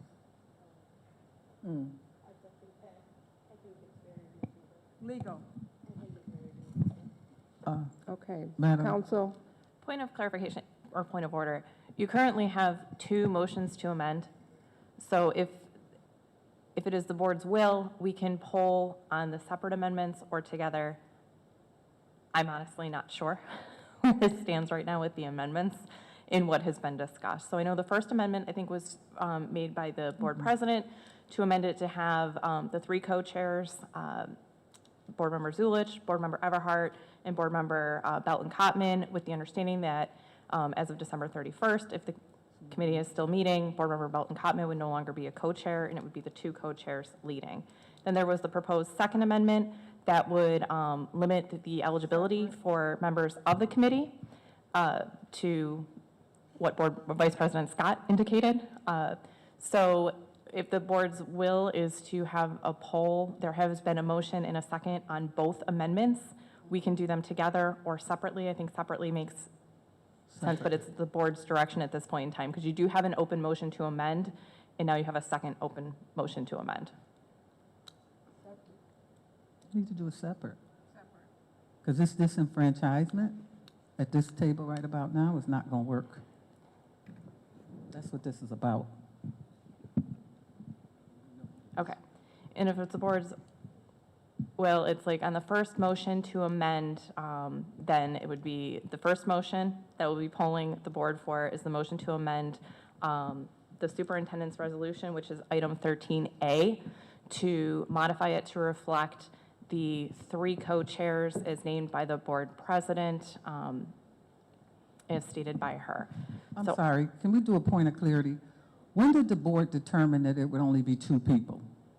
Well, that was the original thing. You're now voting to amend the resolution. But when was that determined by the board? That hasn't been voted on Okay, yet. I just wanted to be clear on that. So was there a conversation between some people? Oh, I'm just curious. It was the Okay. superintendent's resolution as proposed Okay. by the I'm superintendent. just trying to be clear. Okay, thank you. So on the motion to amend, Sorry, Mary. That's okay. Ms. Carbine. So what happens if we vote for 4? What is? what do you mean 4? I mean, we only have 8 board members here tonight. There would not be a majority. You need the majority of the full board. Oh, okay.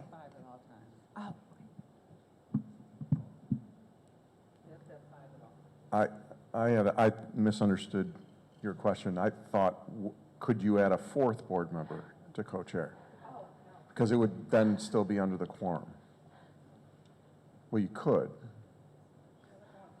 You could.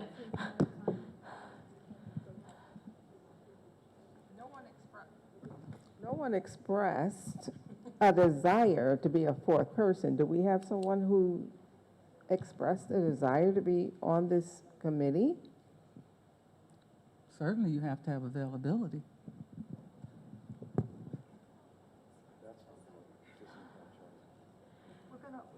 Okay.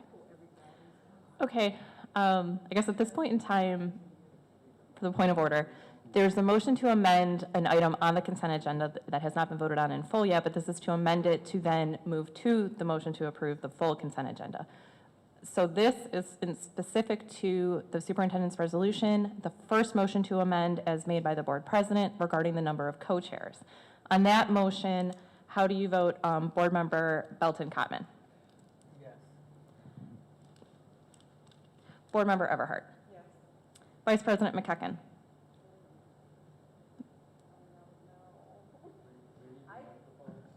She said she doesn't know. Okay. So that's a no? Yes or no? A no? Okay. Board Member McCosey?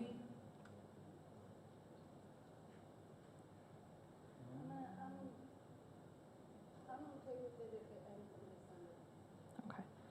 So it's a yes. Vice President Scott? Yes. Board Member Woods? Yes. Board Member Zulich?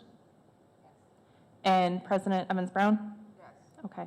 That motion to amend passes. Now we will move on to the second motion to amend the resolution as made by Board Member Scott.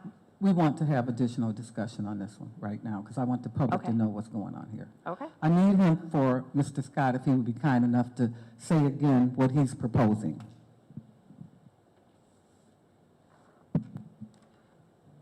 For the board members that are selecting a representative, that the representative not be an employee of Buffalo Public Schools, a relative of a Board of Education member, or a candidate for the board in the November 2025 election. Thank you. So what we have here is an attempt to block a board member from being able to select who they are duly elected to do, a person to represent them in the future. The attempt to say that as a board member, because someone is in the person's family, is a conflict, which is not. I checked with the attorney. It is not. There's no laws that are being broken there. Or because someone has had the audacity to throw their name into the race to try to make a difference in the lives of children, that they should be penalized and not be allowed to sit on a board because they have done so, or to represent a person on the board because they have done so. Or an employee who's dedicated their lives to the school system, and they're not going to be able to have any involvement in something so important as what schools should be opened or closed or impacting the community. You disenfranchise the very people who are most committed and dedicated their lives to these things? So you mean to tell me that a teacher can't have a say in a school being opened or closed? You mean to tell me that because you have a family member, that you can't select that family member? That's not even legal. I don't even think you can legally do that. You disenfranchise people. But this is what we're dealing with when we have people that want to focus in on adults and not what's best for children. It should be about what adult is best to represent in this situation, not someone sitting here trying to stop progress from happening on this board. Thank you. Janita, do you have a comment? My only question, Mary, is if board member Scott's, requests are legally binding or legal conflicts. To be perfectly frank, I should not be giving you legal advice within the public forum. We can go into executive session. There are limitations, I will say, in other avenues, like on employees serving in certain functions or whatnot, but I certainly could provide greater legal advice if you wanted to go back into executive session. I have a comment. I can see how an employee would be a conflict. Like, I can't imagine a teacher or a principal of a building agreeing to close their building. Like, that seems like they'd be in a tough spot. I wouldn't feel comfortable asking that of a district employee. I would like to say that I took this as a challenge because I do rely and do have someone who I consider family on a committee representing me. But I need to look outside of that into the parents and to the community who are not with title, with relationship, with any that was mentioned. I think the way that it was presented immediately set off alarm bells. But for me, that gives me the challenge to find someone in the community who is dedicated. That makes sure that I'm out there being that leader and talking to folks around who would represent on this committee for this board. Not tied to nothing, not tied to the systems, not tied to how anything works, but what do they feel? So that is why I'm okay with it. I'm not for, against, I'm not freaking out about it. I'm okay with the challenge to find someone who is not of ties to me personally, to the district, to anything else, because those are the people who are impacted by these schools as well. So there isn't a who's better impacted, who's more impacted, disenfranchising with the way I'm approaching it, and that's how I'm going with it. So just to be clear, for those who are confused, in addition to the co-chairs, each board member, there's 9 of us, are expected to recommend someone on this committee as well. So it could be a stakeholder, we're looking at other stakeholders in the community that would be involved in this whole process of school closure. That's the clarity. Thank you. Any other comments?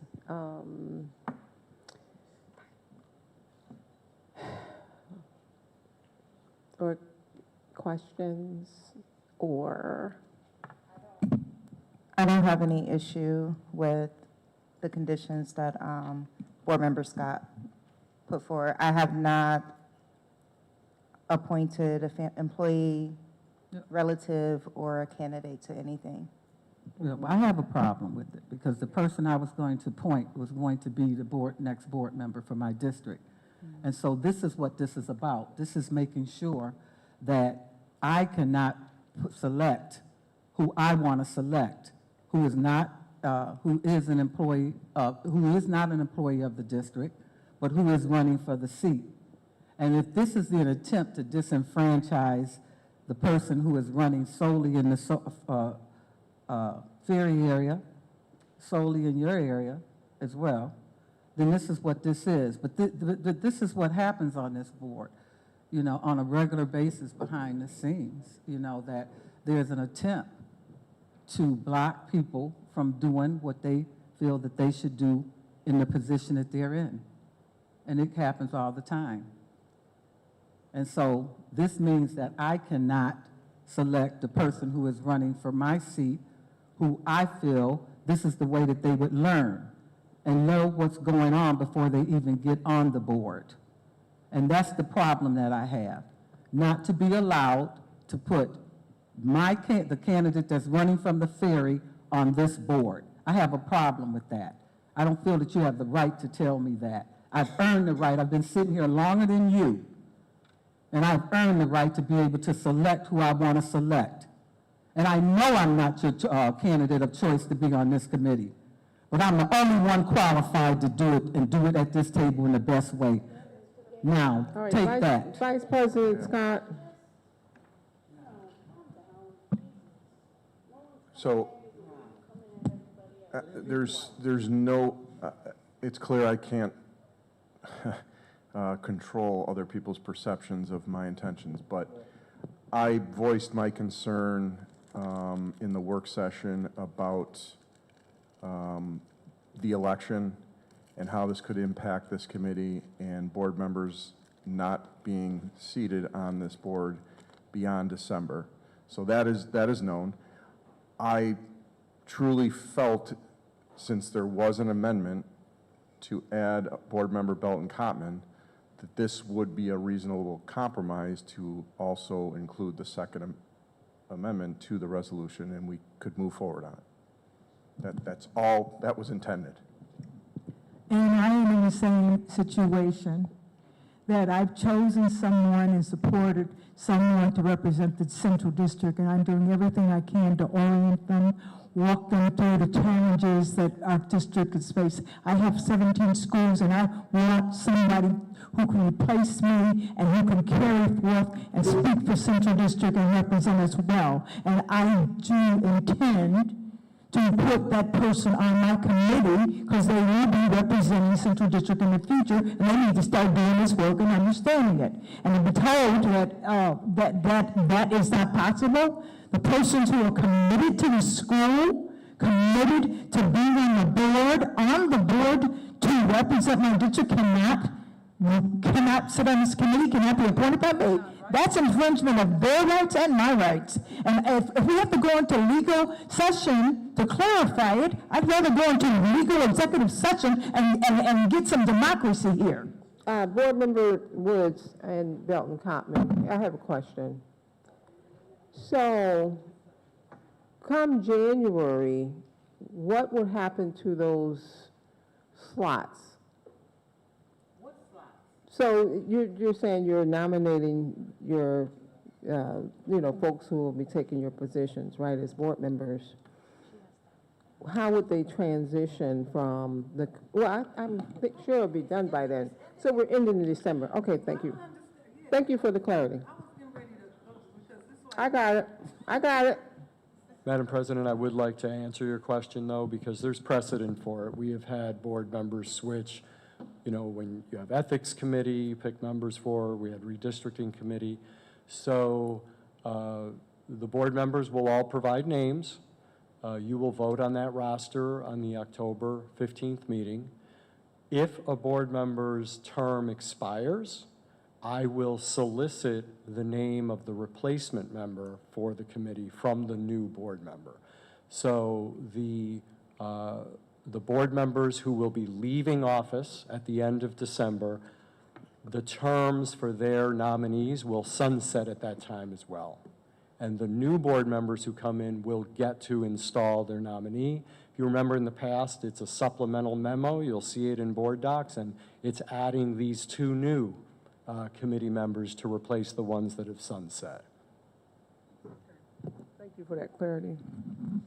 I think one concern I had is at our work session, it sounded a little quid pro quo, like I will pick this person and then they will seat me in January.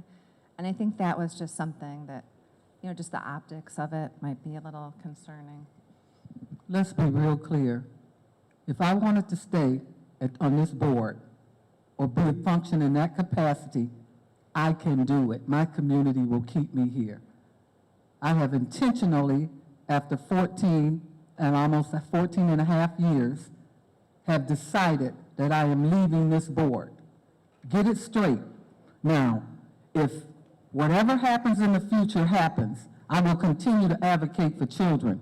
But what I'm not going to have is, after I've talked to my attorney to make sure that there are certain things that I can do legally, that this board tries to take my rights away from me before I leave. Now, you may think it's okay, you may think it's okay, and you may think it's okay, but legally, it is not okay. You cannot tell me who I can appoint and who I cannot appoint, legally, because there's no money involved in this. There's no money involved in this, and that's what the law requires. When you put that in place, it has to be about money. That's what that's involved. If it's not legal, then it's something that we can't do, but we can't get that counsel from Mary until we are. No, I already talked to a judge on it. The last time when it was brought up about my son serving for the second time on the redistricting. Don't worry, I'm not nominating him, because the way you treated him last year, you certainly won't get him free again, for free again. All right, so let's wrap this particular subject up. Where do we go from here, Mary? Council? It's up to the board. If you want to take a vote on the motion as stand, if you want to go into executive session, or what the desire is.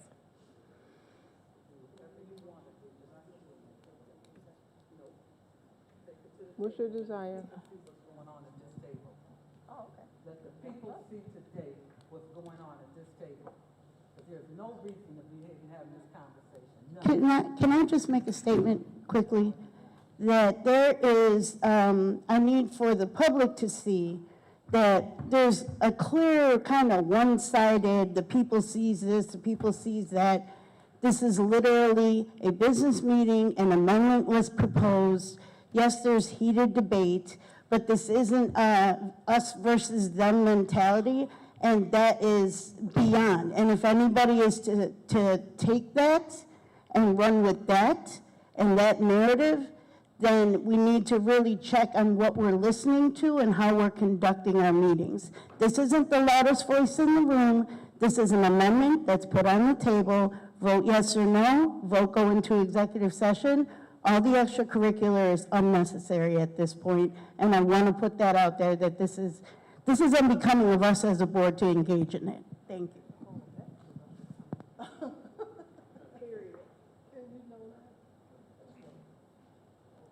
The amendment was unbecoming. Okay. Okay, so, Mary, I believe we're ready to You want to take the vote for vote? that second amendment. Okay. On the motion to amend item 13A, the superintendent's resolution, and it would be amending the amended resolution. This amendment, I don't think I need to restate it. It is what Vice President Scott had proposed. How do you vote, Board Member Belton Cotman? No. Board Member Everhart?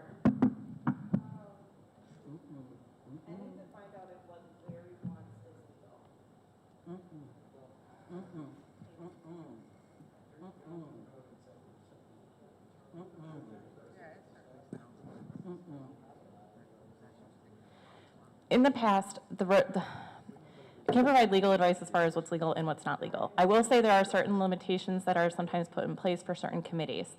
In the past, there has not been limitation put on place, from what I understand. I do not have the historical knowledge, as Dr. Karestas does, but generally speaking, there has not been a limitation with respect to relatives, or I don't know the subsequent board members because there is already that procedure in place. That is not something that is established. But because there has not been the restrictions put in place, they've never been challenged in that way. Like, it would not be appropriate if there are no, for the redistricting committee. That resolution and that policy, I think, establishing the redistricting committee had no limitation saying that you could not appoint a relative. So this would actually be establishing that limitation within the resolution, creating the committee.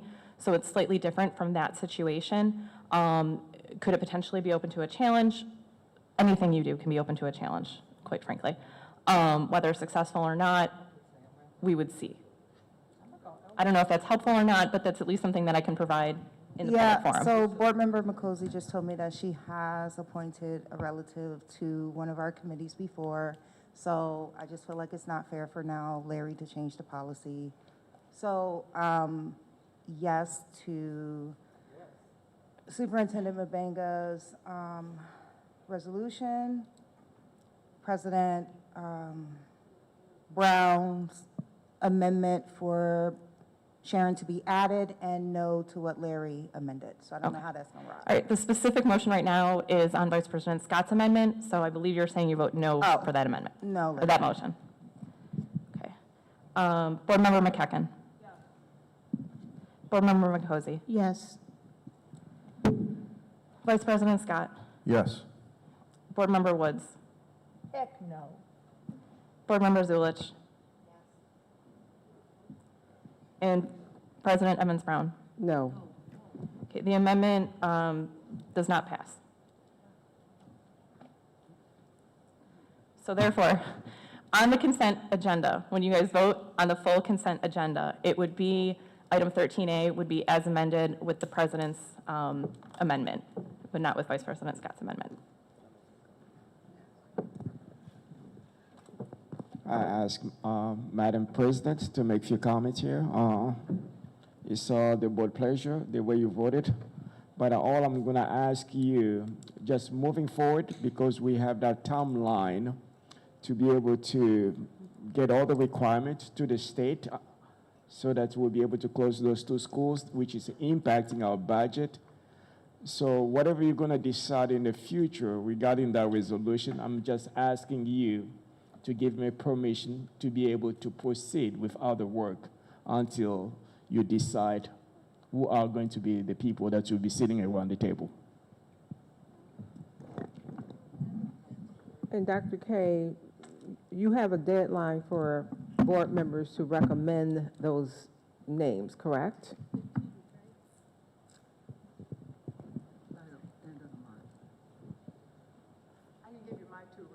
Right, and if I understand the superintendent's request, he's setting the expectation that the work on the staff side, which the superintendent is directing, which will actually begin right now in support of that future committee's work. They'll be seated after the October 15th board meeting.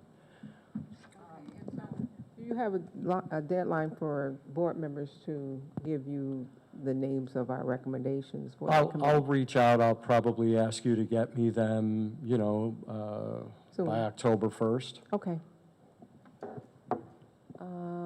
Sharon, you had a comment? October 1st.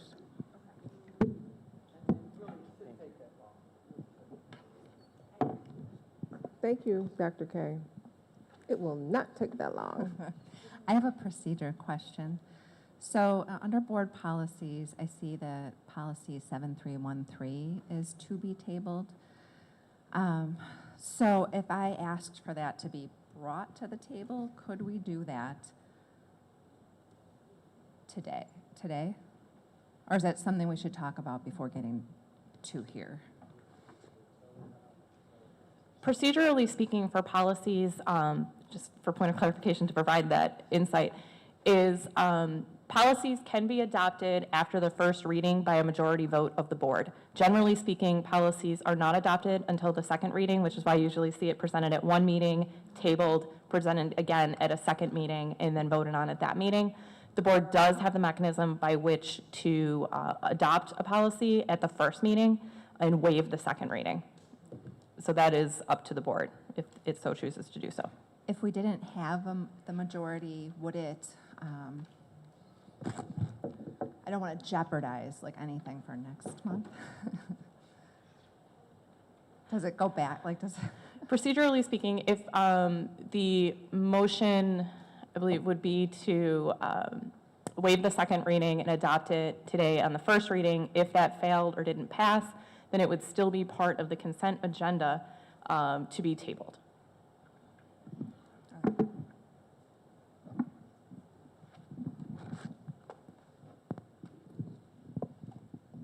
Can I move to do that? Or may I? Or request that we do?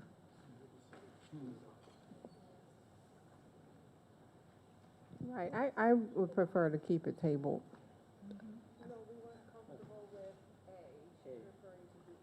What's B? What Oh, the specifically is it? suspension. What is B, Adriana? Are we ready for that one?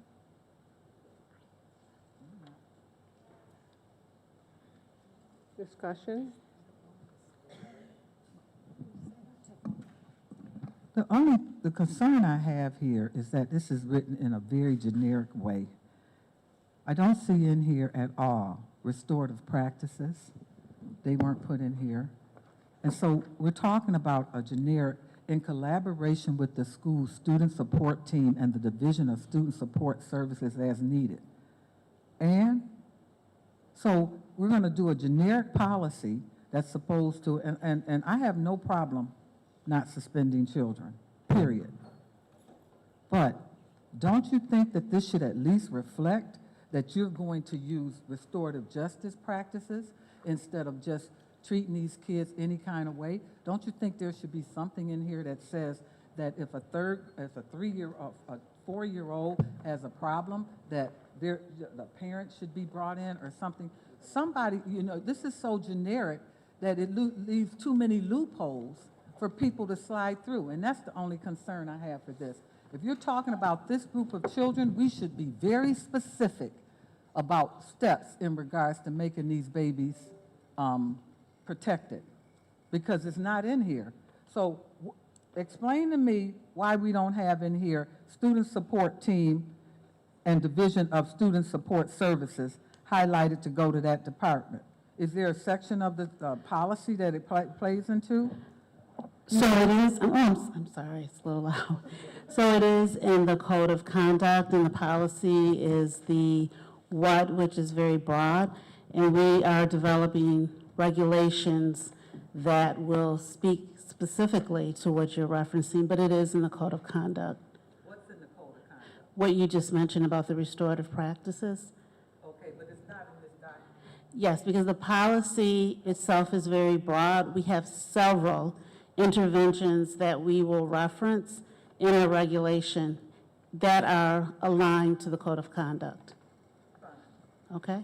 So you feel that if a child gets suspended and a principal reads this policy, that the child would get properly treated in the schools? Yes. Why? Because we have a code of conduct that they must follow. We had the code of conduct before that, and it wasn't followed. Yes, but the code of conduct right now for the pre-K to 3, it will be amended if this policy is passed. We're going to amend the language to make sure that it's specifically aligned to that. aligned to, the board policy, and then there will be a regulation Okay. to follow, 'Cause that everything will be aligned. I'm going on record to say that this is very generic, and I can see adults going, wiggling through it. Okay?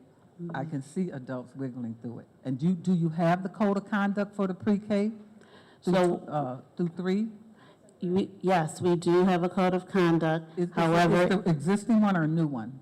we have the new one that the board just recently approved. But again, that policy, the code of conduct will be amended if this is passed so that it will reflect that language that will limit those suspensions. Okay, do you think that should be in here? Anywhere in here to say that this will be a part of the amended code of conduct for pre-K through 3? It will be in the regulations. Okay, it's not going to be in here. Policies are typically very broad, and the regulations is the how-to, because we have the code of conduct. Because we have restorative justice now, and it hasn't been being put in place. Right. But that's why we also have an implementation committee. We're actually meeting next week, and they will assist with making sure that supports is collaborative. The community is also involved with that. We've met with other community resources and agencies that will support us in this, because again, the work is the implementation of it. Okay, thank you. I Thank you. appreciate you, Dr. Brown. I still feel that this needs to be a little bit more thicker, because I know how people work in this district. So Adriana, you want to pass the motion and somebody second it? Okay, I propose this motion to approve policy 7313, suspension of students, to revise it. I second. With respect to this, this will be the motion to waive the second reading of the policy. It's policy 7313. So it would waive the second reading of that and allow the board to adopt it upon the first reading at this meeting tonight. So on that motion, would you like me to poll the board? Yes, please. Okay. On that motion, how do you vote? Board Member Belton Cotman?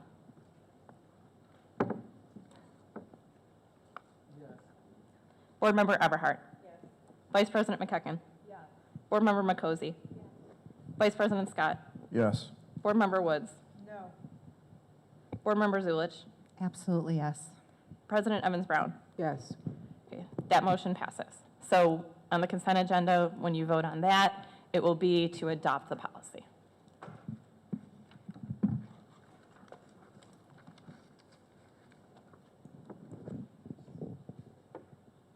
I don't know if we did this already. Can I get a motion to approve the consent agenda? Did we do that? Board Member Zulik, Board Member Belton Cotman. Council. Okay. On the motion to approve the consent agenda with the various amendments on the various items that we have previously voted on and discussed, how do you vote, Board Member Belton Cotman?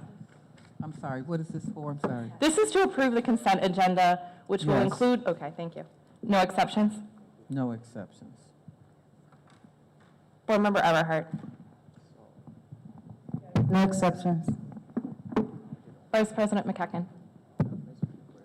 Exception 13A and 18M. Board Member McCosey? Yes. Oh, so no exceptions? Okay. Vice President Scott? Exception 11C, 13A, and 18M. Other than that, no exceptions. Thank you. Board Member Woods? Exception 24B. Other than that, Board Member Zulich? Yes, no exceptions. And President Evans Brown? no exceptions. The consent agenda passes, or is approved. Thank you, council. So can I get a motion to adopt the resolution for the receipt of bond proceeds? Board Member Zulik? I'll take credit for moving that, thank you. Belton Cotman. Thank you. I didn't count that. Council? Thank you. On the motion to adopt the board resolution, item 26A, how do you vote, Board Member Belton Cottman? Absolutely. Board Member Everhart? Yes. Vice President McEcken? Yes. Board Member McCosey? Yes. Vice President Scott? Yes. Board Member Woods? Yes. Board Member Zulich? Yes. And President Evans Brown? Yes. That is unanimously adopted. All right, all right. So, we have committee reports and unfinished business. Is there any unfinished business or committee reports at this time? All right, so can I have a motion authorizing the district to Section 75 disciplinary charges against employee JB? Board Member McCosey and Board Member Cindy McCutcheon. All in favor? Any opposed? Motion passes. Can I get a motion authorizing the district to prefer Section 75 disciplinary charges against employee JD? Belton, Cottman, Scott. All in favor? Any opposed? Motion passes. Can I get a motion authorizing the district to prefer Section 75 disciplinary charges against employee NB? McCosey, McCutcheon. All in favor? Any opposed? All right, thank you. Now we will stand for our bereavements. Board Member McCutcheon.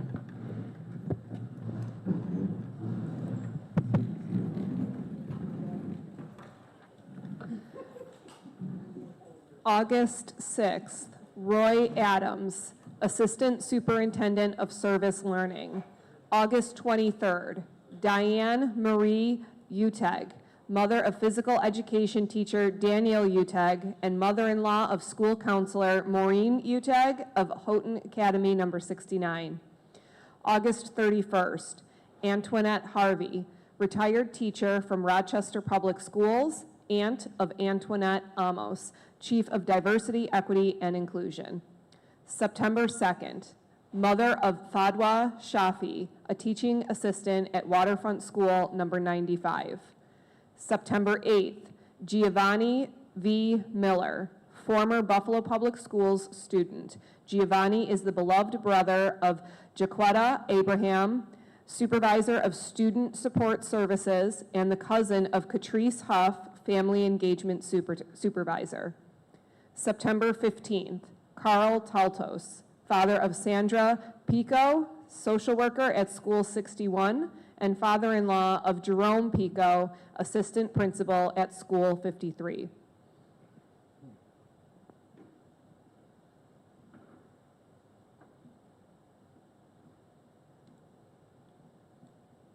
Thank you. May I have a motion to adjourn the meeting? Zulik, Woods.